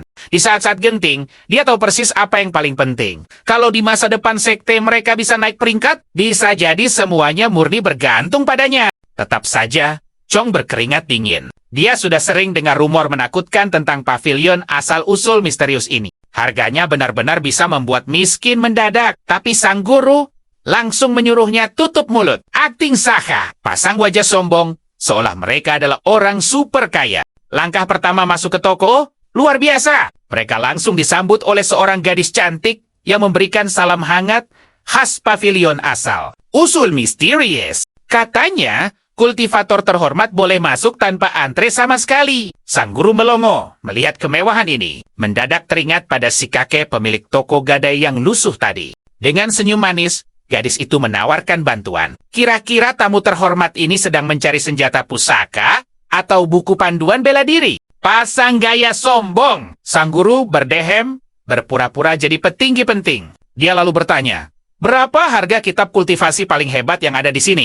Mata gadis itu berbinar ramah. Dia tahu tamu ini hanya mencari barang kualitas terbaik. Untuk satu set kitab kelas 1, harganya sekitar 100.000 tel emas. Oh, dan dengar ini, karena toko mereka sedang merayakan hari jadi, ada diskon spesial sebesar 30%. Mendengar nominal itu, jantung Chong nyaris copot. Diskonnya memang besar, tapi tetap saja mengejutkan. Buat si gadis pelayan, angka 100.000 tel emas itu seakan biasa saja. Gadis itu menambahkan, setelah masa perayaan habis, harga semurah ini tidak akan ada lagi. Chong makin pucat. Dia menyebut 100.000 tai lebih. Itu murah, astaga. Benar-benar dunia yang berbeda. Jalan pikiran orang super kaya memang sangat mustahil dipahami oleh mereka yang isi dompetnya pas-pasan. Sang guru melirik tajam dan menyuruh muridnya berhenti panik. Jaga wibawa sedikit dong. Tapi Chong sangat yakin mereka sama sekali tidak punya cukup uang untuk satu buku. Tapi dengan otak cerdiknya, sang guru langsung mencari celah. Dia mencoba bertanya, "Kalabeh itu berapa harga untuk jilid pengantarnya saja?" Gadis pelayan itu jelas kebingungan. Apa tuan ini yakin? Soalnya, membeli jilid pengantar secara terpisah itu benar-benar tidak ada gunanya sama sekali. Sambil bersikap santai, sang guru menyuruhnya tidak usah memikirkan berguna atau tidak. Dia cuma mau tahu satu hal, bisa dibeli terpisah atau tidak. Gadis itu tersenyum profesional. Tentu saja, apapun bisa diatur. Tapi dia menyarankan sang guru berpikir ulang. Karena toko elit mereka tidak menerima pengembalian barang. Sang guru mengabaikan peringatan itu dan bertanya lagi dengan yakin. "Jadi, berapa harganya?" Sang pelayan menjawab sopan, memastikan kalau jilid awal tentu saja jauh lebih murah. Chong geleng-geleng kepala. Sombong banget sih gurunya ini. Sumpah. Menghabiskan 10.000 keping emas cuma buat teknik dasar. Benar-benar gila. Tapi sang guru langsung mengingatkan, ingat seberapa jenius adik bungsu mereka. Otaknya di luar nalar. Mendengar itu, Chong seketika sadar dan mengangguk setuju. Bayangkan saja, anak itu bisa menyerap seluruh teknik cuma dari melihat satu goresan pedang acak. Ya, tebakan gurunya 100% tepat. Buku panduan dasar ini sudah lebih dari cukup buat si monster kecil kita. Sang guru tersenyum puas. Oh, dia benar-benar merasa ini adalah investasi paling menguntungkan. Tiba-tiba, si penjaga toko cantik mendekat. Berita bagus. Ketiga gulungan tingkat pertama yang super mewah ini ternyata bisa dibeli secara terpisah. Mata sang guru langsung berbinar penasaran. Tunggu dulu. Dari ketiganya, mana yang kekuatannya paling dahsyat? Gadis itu terdiam sejenak. Menimbang-nimbang, lalu menjawab pilihan paling mematikan jatuh pada teknik pedang aliran sungai. Namanya saja sudah keren kan? Sekali kau menguasainya, energi pedangmu akan meluap seperti badai sungai raksasa. Benar-benar tak terhentikan. Lebih gilanya lagi, kalau bakatmu luar biasa, kau bisa tembus ke jurus tingkat lanjutnya. Teknik pedang Lin He. Tapi, ya harganya juga yang paling menguras kantong. Bayangkan, bagian dasarnya saja dihargai 9.000 keping emas. Jantung sang guru serasa copot. Cuma secuil ilmu kok harganya bikin miskin mendadak? Tapi, harga diri mengalahkan segalanya. Dia nekat menaruhkan seluruh uangnya demi membeli jurus yang paling mahal ini. Sisa recehannya mau dipakai borong pil energi dan penguat aura kualitas dewa? Chong sampai melongo. Seriusan guru mau membakar sisa kepingan koin terakhir kita? Sang guru mengangguk mantap. Pokoknya sikat habis. Dia benar-benar akan menghamburkan setiap koin yang ada di sakunya. Chong langsung curiga. Jangan-jangan gurunya ini habis makan sesuatu yang salah hari ini. Atau malah kena guna-guna. Di kasir, drama dimulai. Sang guru menangisi 10.000 emasnya sambil menyerahkan kantongnya. Tangannya bergetar, mencengkeram kuat sampai si gadis harus menyuruhnya melepaskan uang itu. Keluar dari toko elit itu, Chong sibuk memijat pelipisnya. Dia harus ekstra sabar menenangkan gurunya yang meratap terseduh-seduh di sepanjang jalan. Sambil merintih hatinya hancur berkeping-keping, sang guru mendadak berhenti. Tunggu, apakah murid kedua dan ketiga juga ikut ujian alkimia dan run akhir tahun ini?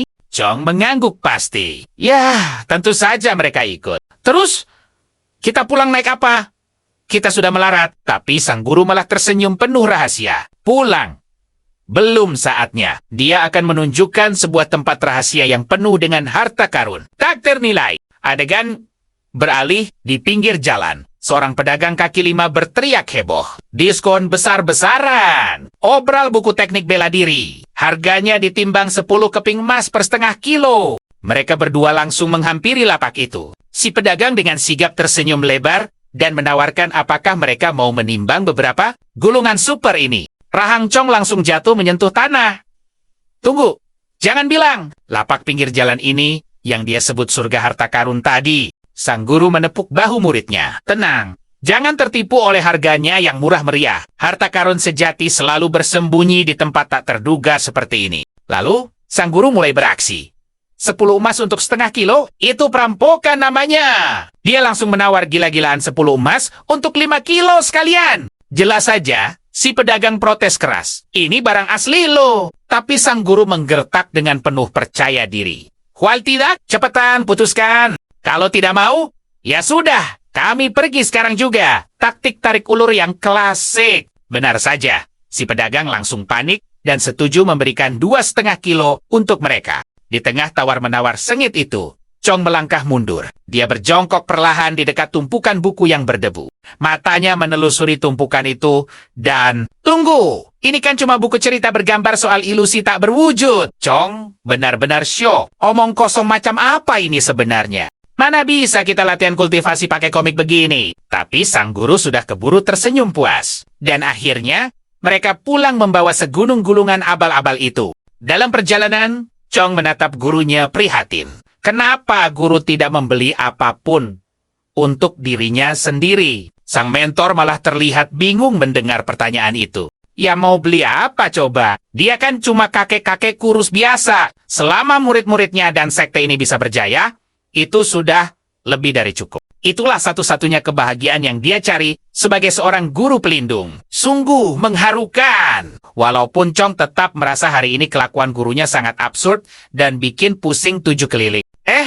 Tiba-tiba, sang guru mengusirnya pergi. Waktumu cuma 7 hari. Dalam waktu sesingkat itu, Chong harus bisa menguasai dasar-dasar teknik pedang aliran sungai yang asli tadi. Kalau sampai gagal, siap-siap saja jalani setahun penuh penderitaan. Chong menelan ludah dan sadar bahwa dia harus segera berlatih keras sekarang juga. Plak, sang guru menabok kepala muridnya dengan gemas. Ya jelas harus latihan. Masa kita mau menyerahkan gulungan mahal itu langsung ke tangan adik bungsumu yang jenius itu? Kalau anak itu langsung pintar, mau ditaruh di mana harga diri kita sebagai senior yang berwibawa? Jadi, Chong harus cepat-cepat menguasai dasarnya duluan. Lagi pula, ini cuma teknik dasar. Tidak perlu menangis. Setelah menguasainya, Chong bisa berakting layaknya seorang master super kuat yang sedang menceramahi adik bungsunya. Strategi yang licik tapi brilian. Nah, untuk sementara waktu, mereka butuh pengalih perhatian. Gunakan gulungan obrolan tadi sebagai tameng. Dan paksa si bungsu untuk membaca buku-buku palsu itu terlebih dahulu. Chong langsung tersenyum meremehkan. Mengingat betapa geniusnya si bungsu itu, jangan-jangan dia malah berhasil menguasai teknik dari buku rongsokan ini. Mendengar itu, sang guru meledak dalam tawa yang menggelegar. Astaga, Chong menanggapi ini dengan serius. Apakah dia benar-benar berpikir teknik 4 musim yang legendaris itu bisa ditemukan di lapak pinggir jalan? Sang guru pun menjelaskan faktanya. Buku-buku obrolan ini memang menjiplak nama dari teknik bela diri yang asli. Tapi isinya 100% cuma bualan belaka. Kau sama sekali tidak bisa menyebutnya sebagai jurus. Tidak esensinya, tidak juga metodenya. Ini ibarat membandingkan dongeng pengantar tidur dengan catatan sejarah yang nyata. Berbeda how? Coba saja periksa setiap halamannya. Dijamin tidak akan ada satupun yang masuk akal atau bahkan sedikit mirip dengan jalur kultivasi. Yang sebenarnya, barang rongsokan ini paling cuma bisa membodohi anak bawang polos seperti Ping. Mendengar itu, rasa penasaran Chong semakin memuncak tak tertahankan. Kalau begitu, kenapa tadi guru dengan sok keren bilang mau memberikannya pada adik kedua dan ketiga? Untuk bahan latihan, sang guru cuma tersenyum santai. Ya jelas itu cuma bercandaan receh saja. Jujur saja, dia cuma mau memajang gulungan itu sebagai dekorasi di pavilion. Sang guru bahkan mulai meracik rencana baru buat kakak kedua dan ketiga. Dia tertawa lepas. Karena pikirannya sungguh konyol. Menguasai gulungan loak dari pasar, jelas halusinasi tingkat tinggi. Kalau sampai ada yang paham satu jurus pun dari tumpukan sampah ini, dia janji bakal menelan mentah-mentah semua buku itu. Tapi anehnya, Chong malah usul buat mengibuli adik seperguruan mereka pakai lukisan lain. Dengan begitu masalah jurus untuk kakak tua dan ketiga bakal teratasi. Sang guru menjawab kalau dia juga kepikiran ide itu. Tapi rasanya berat. Mereka kan sudah membohongi bocah itu sekali demi masa depan sekte. Kalau diteruskan, dia takut mereka malah melenceng dari tujuan murni awal. Dan tega memandang Ping tak lebih dari sekadar pohon uang berjalan. Di sisi lain, satu lukisan saja dari tangan Ping, nilainya bisa dengan mudah mengalahkan keringat dan kerja keras sekte selama berabad-abad. Apalagi untuk membesarkan sebuah sekte, semuanya jelas butuh uang jor-joran. Pilihan yang beneran bikin pusing 7 keliling, makanya dia paling benci dilema moral semacam ini. Sekarang, dia butuh waktu menyendiri buat mikir keras sebelum mengambil keputusan akhir. Sementara itu, dia bertekad melatih bocah itu ilmu pedang habis-habisan selama 2 bulan ke depan. Rencananya, dia akan mengirimnya ke turnamen pedang Qinghao. Mendengar itu, Chong langsung syok dan bertanya, apa sang guru serius? Dia memohon agar mentornya itu jangan sampai mengambil risiko yang berbahaya. Adiknya emang genius cepat menyerap teknik pedang. Tapi tenaga dalamnya nol besar. Singkatnya, kelihatan sangar di luar, padahal kopong di dalam. Lagi pula ini kompetisi pedang Qinghao, arena pertarungan brutal yang sangat nyata, di mana pesertanya bisa berakhir tumbang atau terluka parah. Bayangkan, Chong sendiri pernah terjun 2 kali ke kompetisi itu. Semua bibit jenius terkuat seantero Qinghao berkumpul jadi satu di sana. Dulu dia sekadar peserta beruntung yang berhasil lolos pertarungan bebas sampai masuk peringkat 500 besar berkat hoki dan Ping. Dia sekarang ini ibarat anak kecil yang kebetulan hafal teknik bertarung paling rumit sedunia. Kalau dia nekat maju, itu jelas-jelas cari mati. Tapi sang guru malah meminta Chong untuk merahasiakan rencana gila ini dari adik-adik yang lain. Pokoknya, bilang saja kalau guru sudah memulangkan uang yang sempat disita dari mereka. Cukup itu. Tidak perlu ada penjelasan lebih panjang. Pindah ke puncak gunung. Ping ternyata lagi latihan gila-gilaan. Mengayunkan pedangnya tanpa henti untuk membedah berbagai variasi teknik serangan mematikan. Chong sampai terbelalak waktu melihatnya. Bayangkan, dia baru pergi 1 menit doang. Bocah jenius ini tiba-tiba sudah menguasai gerakan pedang tersebut dengan sempurna. Rasanya itu sungguh bikin frustrasi dan iri berat. Tiba-tiba, Chong memutuskan untuk iseng bertanya, apakah main pedang terus-menerus sudah terasa membosankan? Dengan senyum cerah, Ping menjawab, kekuatannya meningkat pesat setiap hari, dan rasanya tidak pernah bosan. Jawaban yang kontan bikin Chong shock dan gagal paham.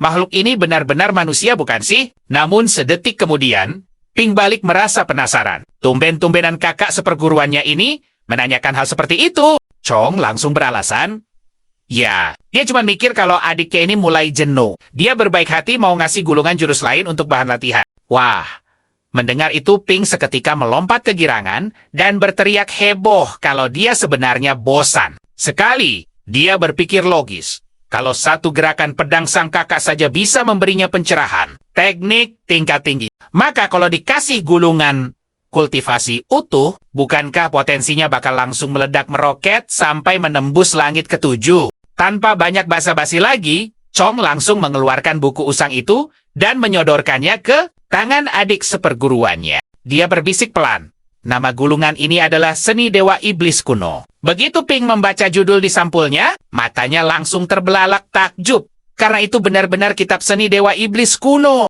Coba pikir, kalau ini cuma metode kultivasi ecek-ecek, mana berani penulisnya memakai gelar agung sekelas Dewa Iblis? Dan jika sekte mereka ini bukan perguruan dewa yang tersembunyi, lalu apa dong? Pikiran Ping benar-benar dibuat berputar saking kagumnya. Chong mulai merangkai cerita bohong. Bilang kalau dia dulu kebetulan memungut gulungan kultivasi fisik ini dari sebuah reruntuhan kuno. Entah dari mana asalnya. Lagi pula, seorang kultivator tangguh tidak boleh cuma mengandalkan pedang. Latihan penempaan fisik dan kekuatan spiritual itu ibarat 2 sisi yang sama-sama vital. Mengingat adiknya ini sudah melewatkan masa keemasan kultivasi spiritual. Ditambah, akar spiritualnya yang sangat payah. Tentu saja jauh lebih mantap kalau mulai memfokuskan latihan fisik dulu. Begitu fisiknya sekeras baja, digabung dengan pemahaman pedangnya, percayalah, dia sama sekali tidak akan kalah saing dari kultivator spiritual sehebat apapun. Tapi sedetik kemudian, Chong langsung sadar kalau dia cuma membual omong kosong. Ya ampun, dia sendiri saja tidak percaya sama ceritanya barusan. Untuk menutupi rasa gugupnya, Chong buru-buru bilang kalau tidak ada hal lain lagi. Dia pamit pergi dan menyuruh adiknya fokus mencoba menguasai teknik itu. Aslinya sih, Dalam hati, dia cuma ingin kabur secepat kilat. Kalau kelamaan ngebahas buku sampah obrolan pasar ini, kedok kebohongannya pasti akan langsung terbongkar. Apalagi janjinya. Segera setelah dia berhasil menguasai sedikit saja teknik pedang aliran sungai, dia bisa kembali dengan gaya keren dan berlagak sok jago lagi. Wah, dia benar-benar tidak sabar menunggu momen itu. Sementara pada malam harinya, Pink mulai membedah kitab seni Dewa Iblis kuno. Dan semuanya berjalan luar biasa mulus untuknya. Dia langsung sadar, dari namanya saja jurus ini kedengaran sangat keren, epik, dan penuh dominasi mutlak. Jika dibandingkan dengan ilmu baru ini, teknik maut 4 petir kemarin rasanya malah tidak ada apa-apanya. Sebenarnya saat ini dia gatal ingin mempraktikannya. Tapi belajar kitab rahasia butuh konsentrasi penuh. Dia tidak boleh terganggu, jadi malam ini dia wajib menahan diri dulu. Rencananya matang. Pertama-tama, dia akan memantapkan momentum dari pedang 4 petir. Baru setelah itu beralih fokus ke teknik yang lainnya. Sementara itu, di asrama Chong Yu, Chong ternyata juga diam-diam mencoba mempelajari teknik Dewa Iblis ini. Hasilnya, dia ngeblank parah dan sama sekali tidak paham apa-apa. Padahal gosipnya kan butuh pencerahan batin. Tragisnya, berbanding terbalik dengan itu, setelah bertapa setengah hari penuh, Pink justru sukses menguasai potensi maksimal kekuatan pedang 4 petir. Nah, ini dia saat penentuannya. Sekarang satu-satunya yang tersisa adalah bagaimana sang genius ini bisa menemukan makna sejati di balik jurus pedang 4 petir itu. Pink akhirnya mengerti. Sang kakak senior memang tidak pernah bilang langsung betapa susahnya memahami makna sejati dari jalan pedang. Tapi dia bisa merasakannya sendiri. Niat pedang adalah inti dari jurus itu sendiri. Ingat ya, sama sekali tidak bisa dipelajari dengan terburu-buru. Salah paham soal jurus ini jauh lebih berbahaya daripada tidak paham sama sekali. Serius, kakaknya memberikan petunjuk ini tepat di saat yang seperti ini? Jelas bukan kebetulan. Waktunya benar-benar pas. Tidak kurang dan tidak lebih. Kakaknya pasti sudah memprediksi semuanya. Dia tahu Pink bisa saja jadi tidak sabar dan malah tersesat dari jalan yang benar. Memang luar biasa, pandangan seniornya selalu selangkah lebih maju. Tanpa ragu, Pink langsung membuka buku itu dan mulai membacanya. Matanya langsung tertuju pada satu babak. Seni memperkuat fisik, level Dewa Iblis. Luar biasa. Di situ tertulis soal pendeta Maswan yang legendaris. Sosok yang lahir sebelum langit dan bumi tercipta. Sukses melewati 360 juta ujian berat. Hebatnya lagi, dia berhasil menyatu dengan jalan Dao dan menjadi bagian dari semesta raya. Teknik perkuatan fisik ini rupanya dia temukan tanpa sengaja berkat pemahamannya soal alam semesta. Dan tahukah kalian, di bawah langit ini, semua orang cuma fokus pada energi spiritual. Mereka sama sekali tidak sadar betapa brutalnya kekuatan fisik murni. Mengira bisa mengangkat gunung saja sudah jadi batas tertingginya. Padahal, kekuatan fisik yang sempurna bisa membuatmu menggenggam matahari dan bulan. Bahkan, memetik bintang-bintang di angkasa. Menginjak langit hanya dengan tubuh fana dan menghancurkan apapun dalam satu pukulan. Menurutnya, puncak kesempurnaan fisik itu harus meniru dewa dan iblis sejati. Memiliki organ suci sekaligus tubuh sang iblis. Hanya dengan memiliki organ suci dan esensi dewa, digabung dengan fisik asli sesosok iblis, barulah seseorang bisa mendapatkan tubuh dewa iblis yang seutuhnya. Membaca itu, Pink benar-benar ternganga. Gabungan organ dewa dan tubuh iblis bisa melenyapkan segalanya cuma dengan satu pukulan. Gila! Singkat kata, ini benar-benar sangat epik. Tapi, tunggu dulu. Melatih jurus ini berarti harus siap disiksa habis-habisan oleh ujian yang tidak masuk akal. Orang biasa, jangan harap bisa. Cuma mereka yang punya tekad baja, kesabaran super, dan kebijaksanaan tinggi yang bisa menguasainya. Dia sendiri sampai ragu. Berani tidak ya mengambil risiko gila ini?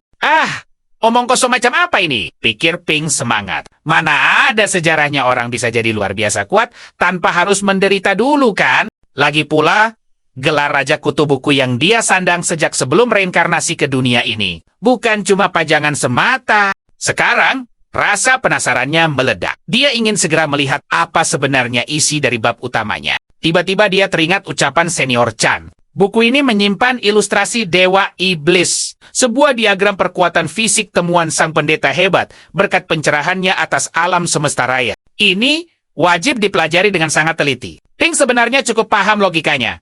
Tapi jujur saja, postur di gambar itu bikin pusing.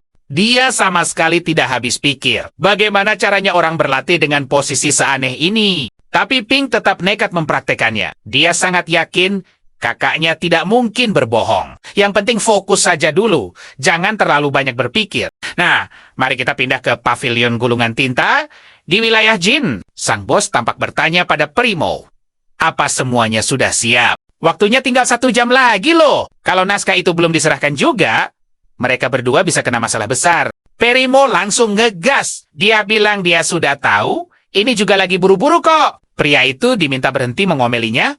Terus bos itu lalu membalas dengan fakta pahit. Buku kuno soal seni memperkuat fisik dewa iblis itu sama sekali tidak laku di pasaran. Bayangkan saja, terjual tidak sampai 3 eksemplar. Dia memohon agar mau berhenti menulis panduan halu seperti itu. Terlalu berlebihan. Tidak ada yang percaya. Di zaman sekarang ini ya, para petarung lebih suka yang praktis dan gampang dipahami. Coba lihat buku terlaris soal cara memakai satu batu energi.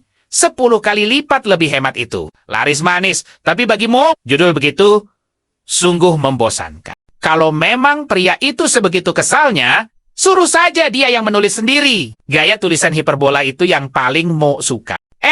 Tapi tiba-tiba, dia teringat sesuatu. Mo langsung menagih informasi yang sebelumnya dia minta untuk dicari tahu. Bos itu mengangguk mantap.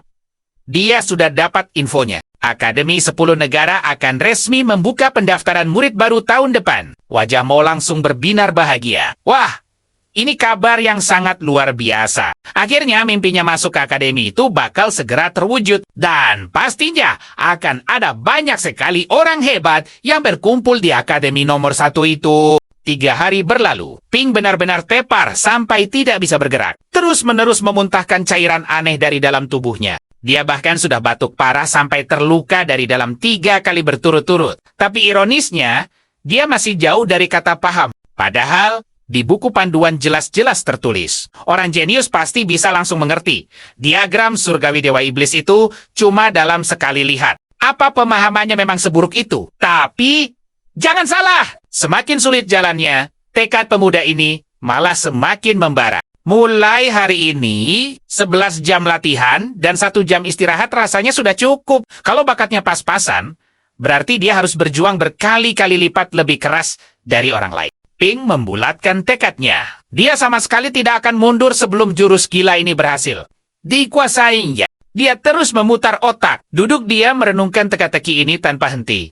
Ingat pepatah lama? Katanya sih, jalan utama menuju kehebatan itu sebenarnya sangatlah sederhana. Kalau dipikir-pikir, itu berarti dia hanya perlu menyederhanakan diagram sang pengamat langit itu ke inti aslinya. Sayangnya, dia sadar itu baru di luarnya saja. Inti aslinya masih jadi misteri besar buatnya. Tiba-tiba saja, dia teringat pernah membaca teori soal 3 mata dan 6 tatapan. Mata surgawi! Ini bukan penglihatan biasa. Ya, ini kemampuan luar biasa untuk melihat menembus hal-hal gaib yang mustahil disentuh manusia biasa. Terus, ada lagi mata kebenaran. Kalau tidak salah ingat, ini level pencerahan super tinggi yang bikin kita paham esensi dan aturan. Mutlak alam semesta. Dan dia harus terus berjuang ke level yang lebih tinggi. Tuhannya, demi bisa merasakan esensi dan aturan dari semua hal yang ada.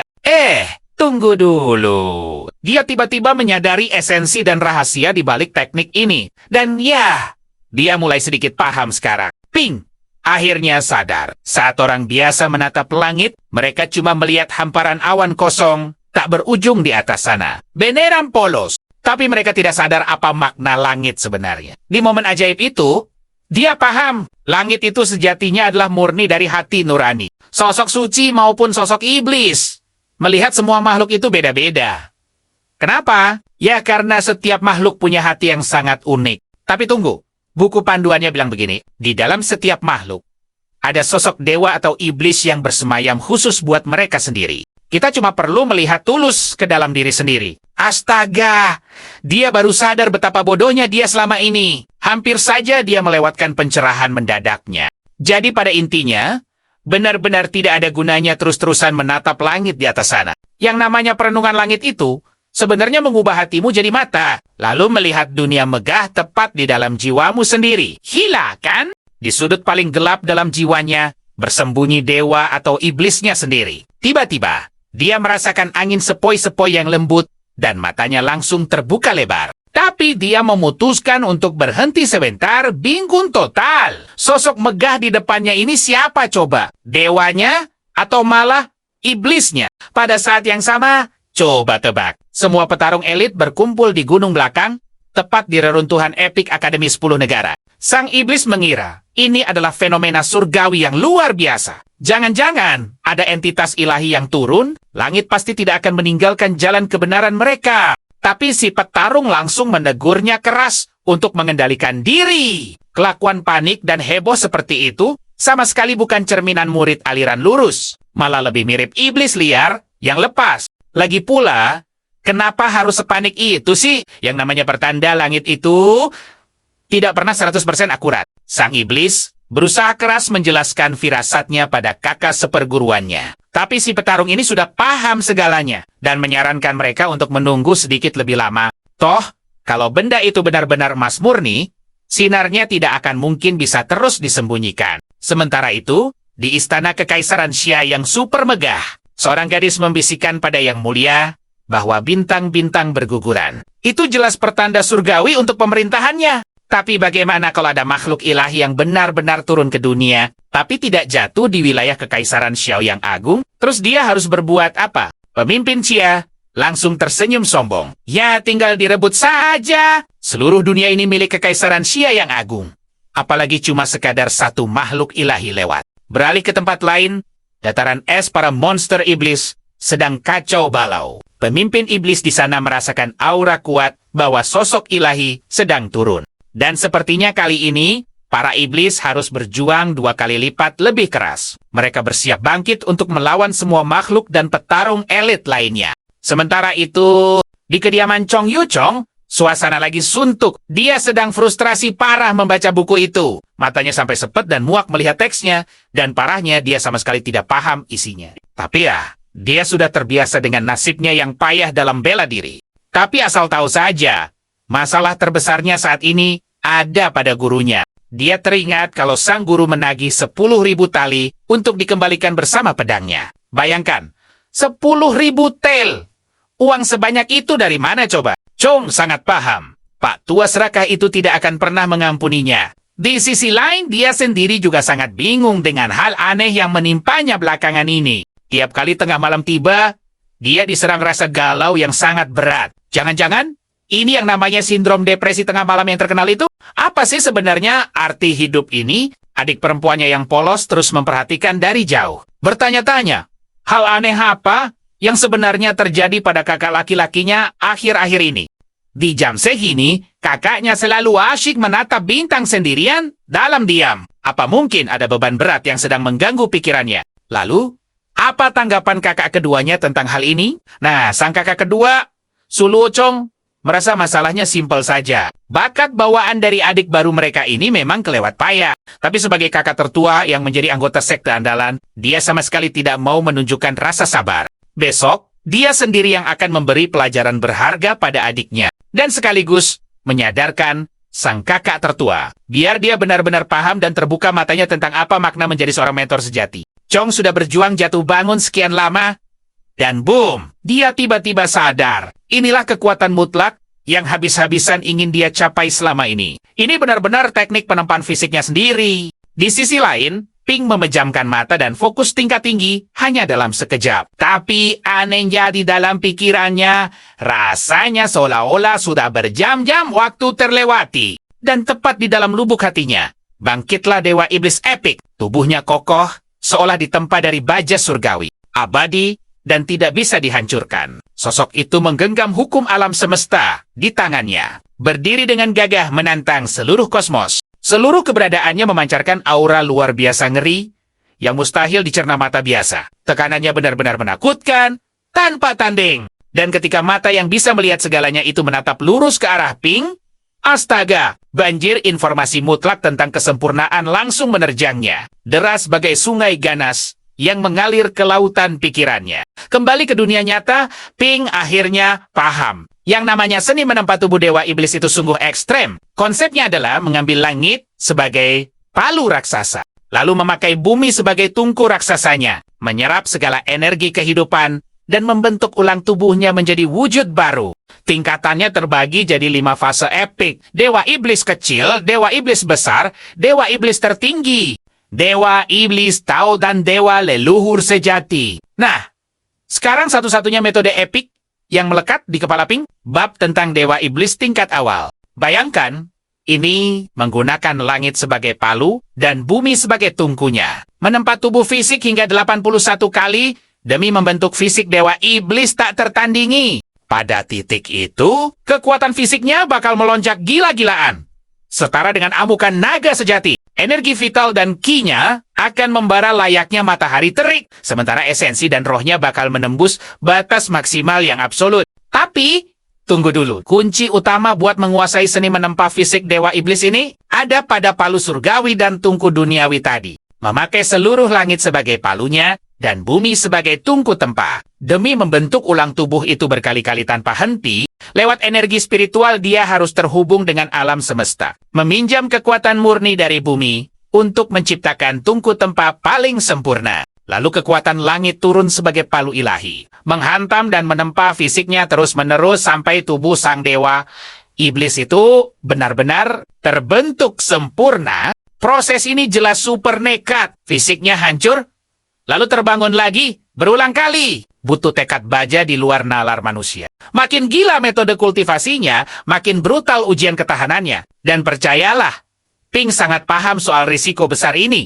Tapi, masalahnya, buat memanggil palu surgawi dan tungku duniawi itu, dia butuh pasokan energi spiritual yang sangat masif agar bisa terhubung dengan alam. Dia bingung setengah mati. Pink sadar betul kalau di dalam tubuhnya saat ini, kosong melompong. Sama sekali tidak ada energi spiritual. Meski begitu, dia pernah dengar rumor pil ajaib di dunia kultivasi, kabarnya bisa menyuntikkan sejumlah kekuatan spiritual instan loh. Sayangnya, setiap obat pasti punya efek samping tersembunyi yang cukup berbahaya. Dan karena dia belum menyentuh tahap pemurnian Kai, dia tidak tahu apakah itu aman. Jadi dia pantang bertindak gegabah. Untungnya, sang guru pernah bilang kalau kakak seperguruan keduanya adalah ahli pembuat pil kelas atas. Jadi dia berpikir, mungkin dia bisa minta diajari olehnya. Sementara itu, di kediaman si kakak kedua, Su sedang asyik berlatih dan menciptakan bola api epik dengan kultivasinya. Dia sadar satu pil luar biasa baru saja tercipta, tapi dia harus tetap tenang.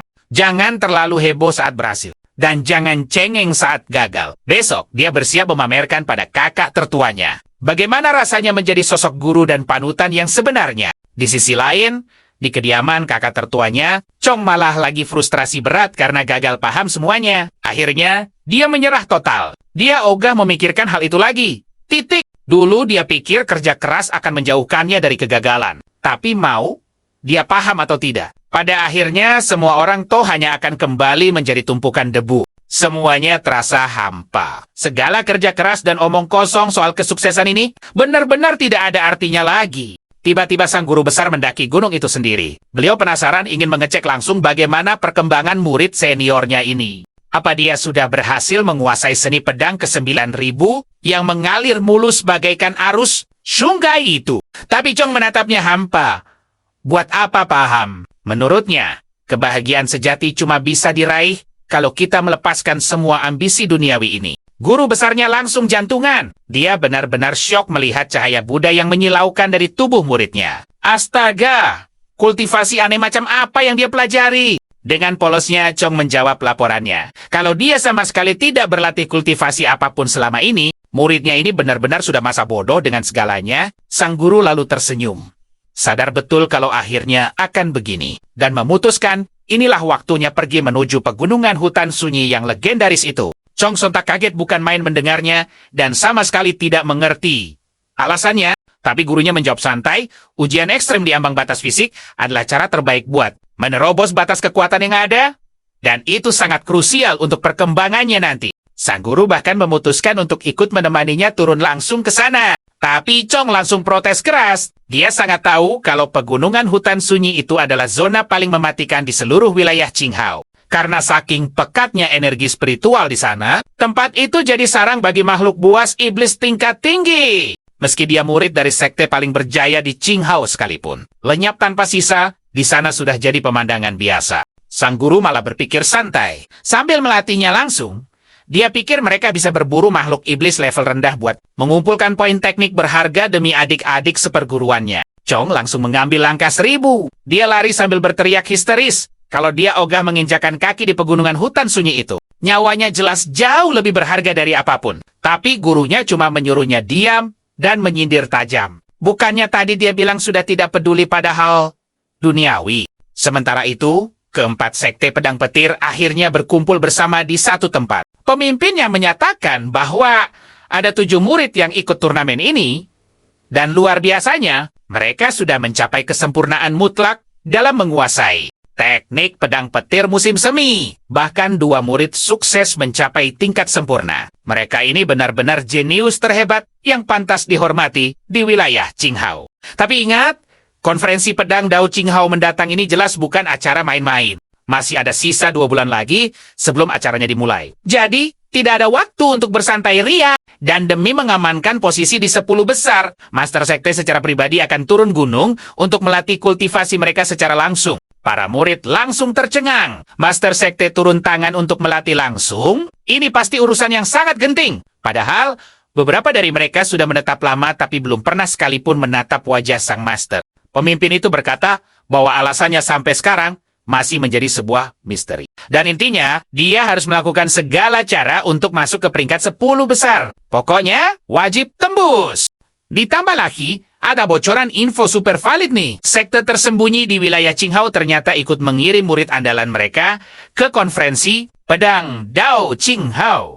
Mendengar kata sekte tersembunyi, para petarung langsung sadar. Wah, urusan bakal makin ribet. Ingat ya, hierarkinya di atas Qinghao itu ada negara Jin dan di atasnya lagi ada 10 negara.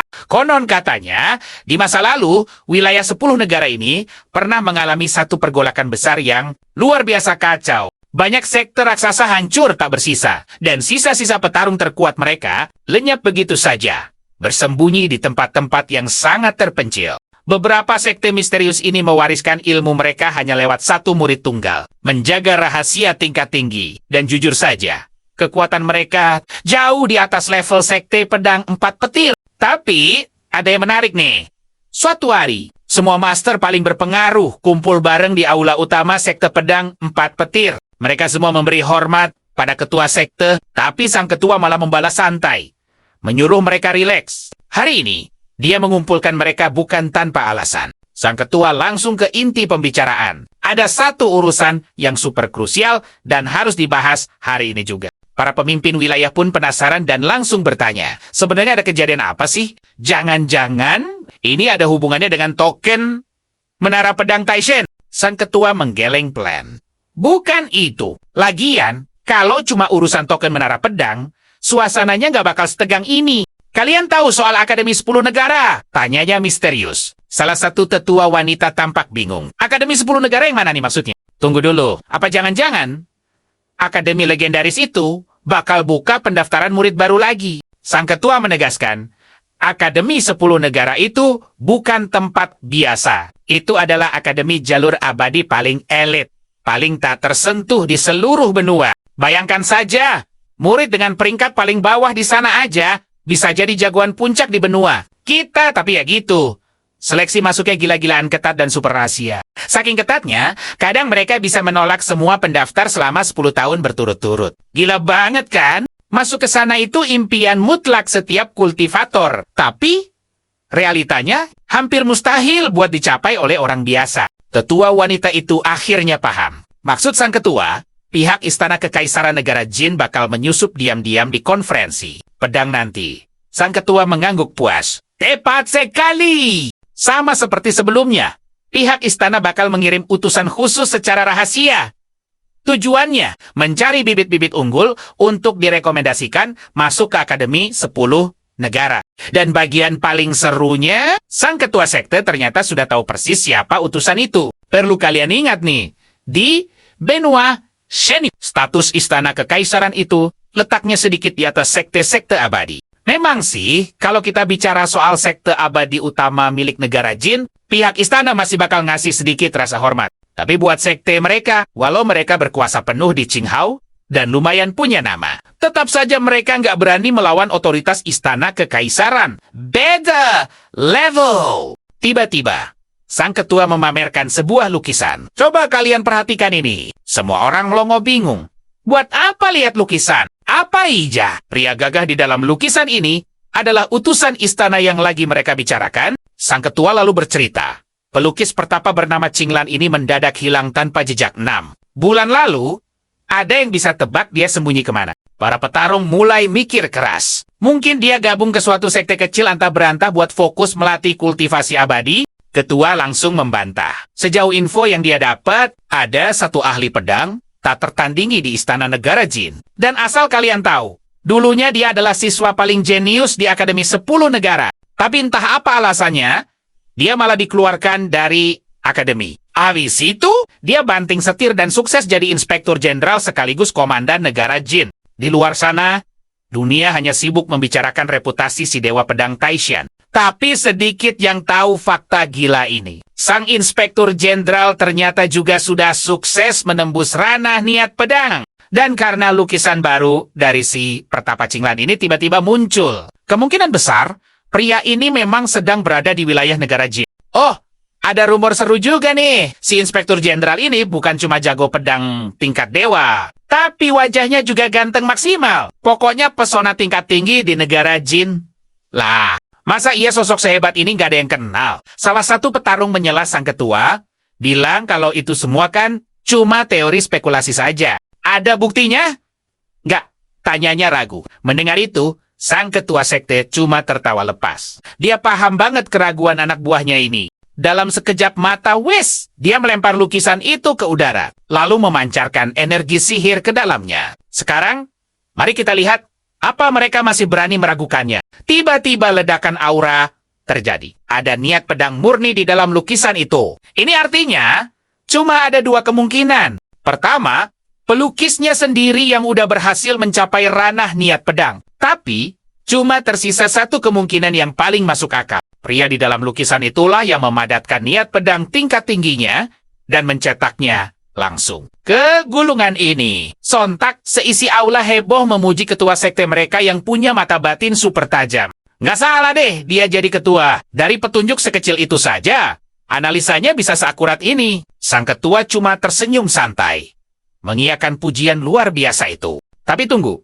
Masih ada 1 petunjuk lagi. Inspektur jenderal kita ini terkenal nggak peduli soal harta atau wanita. Dia cuma suka berkelana santai, menikmati gunung dan sungai sambil menjelajah dunia. Lebih gilanya lagi, kadang dia nekat menukar harta karun berharga dari raja cuma demi beberapa keping koin yang lalu dihabiskan begitu saja tanpa pikir panjang. Kelakuannya benar-benar ajaib. Dan kebetulan banget, sang ketua berhasil menemukan lukisan epik ini di kota kuno Buah Putih. Menurut cerita langsung dari pemilik toko tempat lukisan ini dijual, sosok yang menjual lukisan itu punya wajah yang 100% mirip dengan pria tampan di gambar ini. Wah, rahasianya benar-benar terbongkar sekarang. Sang prajurit masih tak habis pikir. Apa benar ada master super hebat yang keluyuran, lalu menukar pedang terbang super langka hanya demi buah dari petani biasa? Jadi, perlukah mereka menjilat master aneh ini? Sang ketua sekte langsung melarang. Jangan berani-berani cari muka. Lebih dari itu,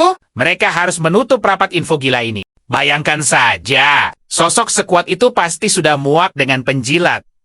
Trik murahan macam itu cuma bikin dia jijik. Tapi, kalau mereka kebetulan bertemu dan meminta petunjuk dengan sopan, nah, itu baru bisa menarik hatinya. Beliau itu sangat menjunjung tinggi kebijaksanaan. Tanpa sosok itu, sekte ini mungkin sudah lama hancur. Sementara itu, di tempat lain, malam semakin larut. Ping duduk menggigil menahan dinginnya angin malam. Tapi dia sadar betul, mencoba teknik kuno pembentukan tubuh dewa iblis sekarang, itu sama sekali belum waktunya. Terlalu berisiko. Kalau soal menggunakan pil dewa untuk memancing energi spiritual, sepertinya dia harus bertanya langsung pada kakak seniornya. Dan tebak siapa yang muncul. Tiba-tiba saja, kakak senior kedua melangkah mendekat dan menyapanya dengan santai. Dia memperkenalkan diri dengan senyum hangat. Aku kakak senior keduamu, katanya. Panggil saja aku kakak. Jangan sungkan. Ping benar-benar kaget bukan main. Kakak senior kedua repot-repot datang mencarinya. Wah, dia buru-buru berdiri dan memberi salam hormat. Su menjelaskan santai. Kakak pertama sedang super sibuk belakangan ini. Jadi, dia sendiri yang turun tangan untuk mengajari Ping seni alkimia. Hati Ping sempat ciut. Apa jangan-jangan kakak kedua merasa bakatnya terlalu lemah? Tapi Su langsung menenangkannya. Kakak pertama itu aslinya sangat baik. Hanya saja, ini kali pertamanya menerima murid secara langsung. Jadi, jangan terlalu dimasukkan ke hati. Di jalur kultivasi menuju keabadian ini, setiap bidang pasti punya ahlinya sendiri. Kalau bakat ilmu pedangmu kurang bagus, lalu kenapa? Itu bukan berarti kemampuanmu yang lain tidak punya harga diri. Dengan mata berbinar, Ping menegaskan, dia takkan menyerah. Dia siap berlatih pedang mati-matian, sampai kakak pertama akhirnya mengakui usahanya.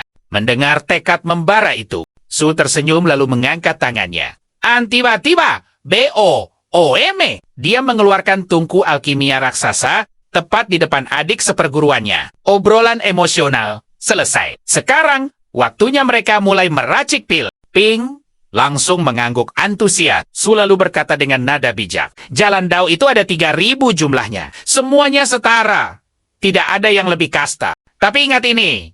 Lanjutnya serius. Di dalam jalan alkimia inilah rahasia terbesar langit dan bumi tersembunyi rapat. Jadi, menurutmu, seperti apa sosok alkemis terkuat itu? Ping terdiam sejenak. Jujur saja, otaknya belum sampai ke tahap itu. Tapi tunggu. Pertanyaan ini terasa familiar. Dulu dia pernah ditanya soal puncak dari jalan pedang. Su benar-benar penasaran dengan pola pikir pemuda ini. Dan saat itu juga, Ping sadar kakak kedua ini diam-diam sangat kuat. Ping menjawab mantap. Alkemis terkuat itu berdiri di atas segalanya. Hanya dengan satu pil racikannya, dia bisa membuat para master terkuat sejagat raya jadi gila. Karena, begini, sejenius apapun seorang kultivator, sehebat apapun dia bertarung. Suatu saat, tenaganya pasti akan habis. Tapi seorang alkemis sejati, Anggua, mereka sanggup menghancurkan hukum langit dan menulis ulang takdir. Bayangkan saja, satu pil penambah umur bisa memberi master terkuat di dunia tambahan waktu ratusan atau bahkan ribuan tahun.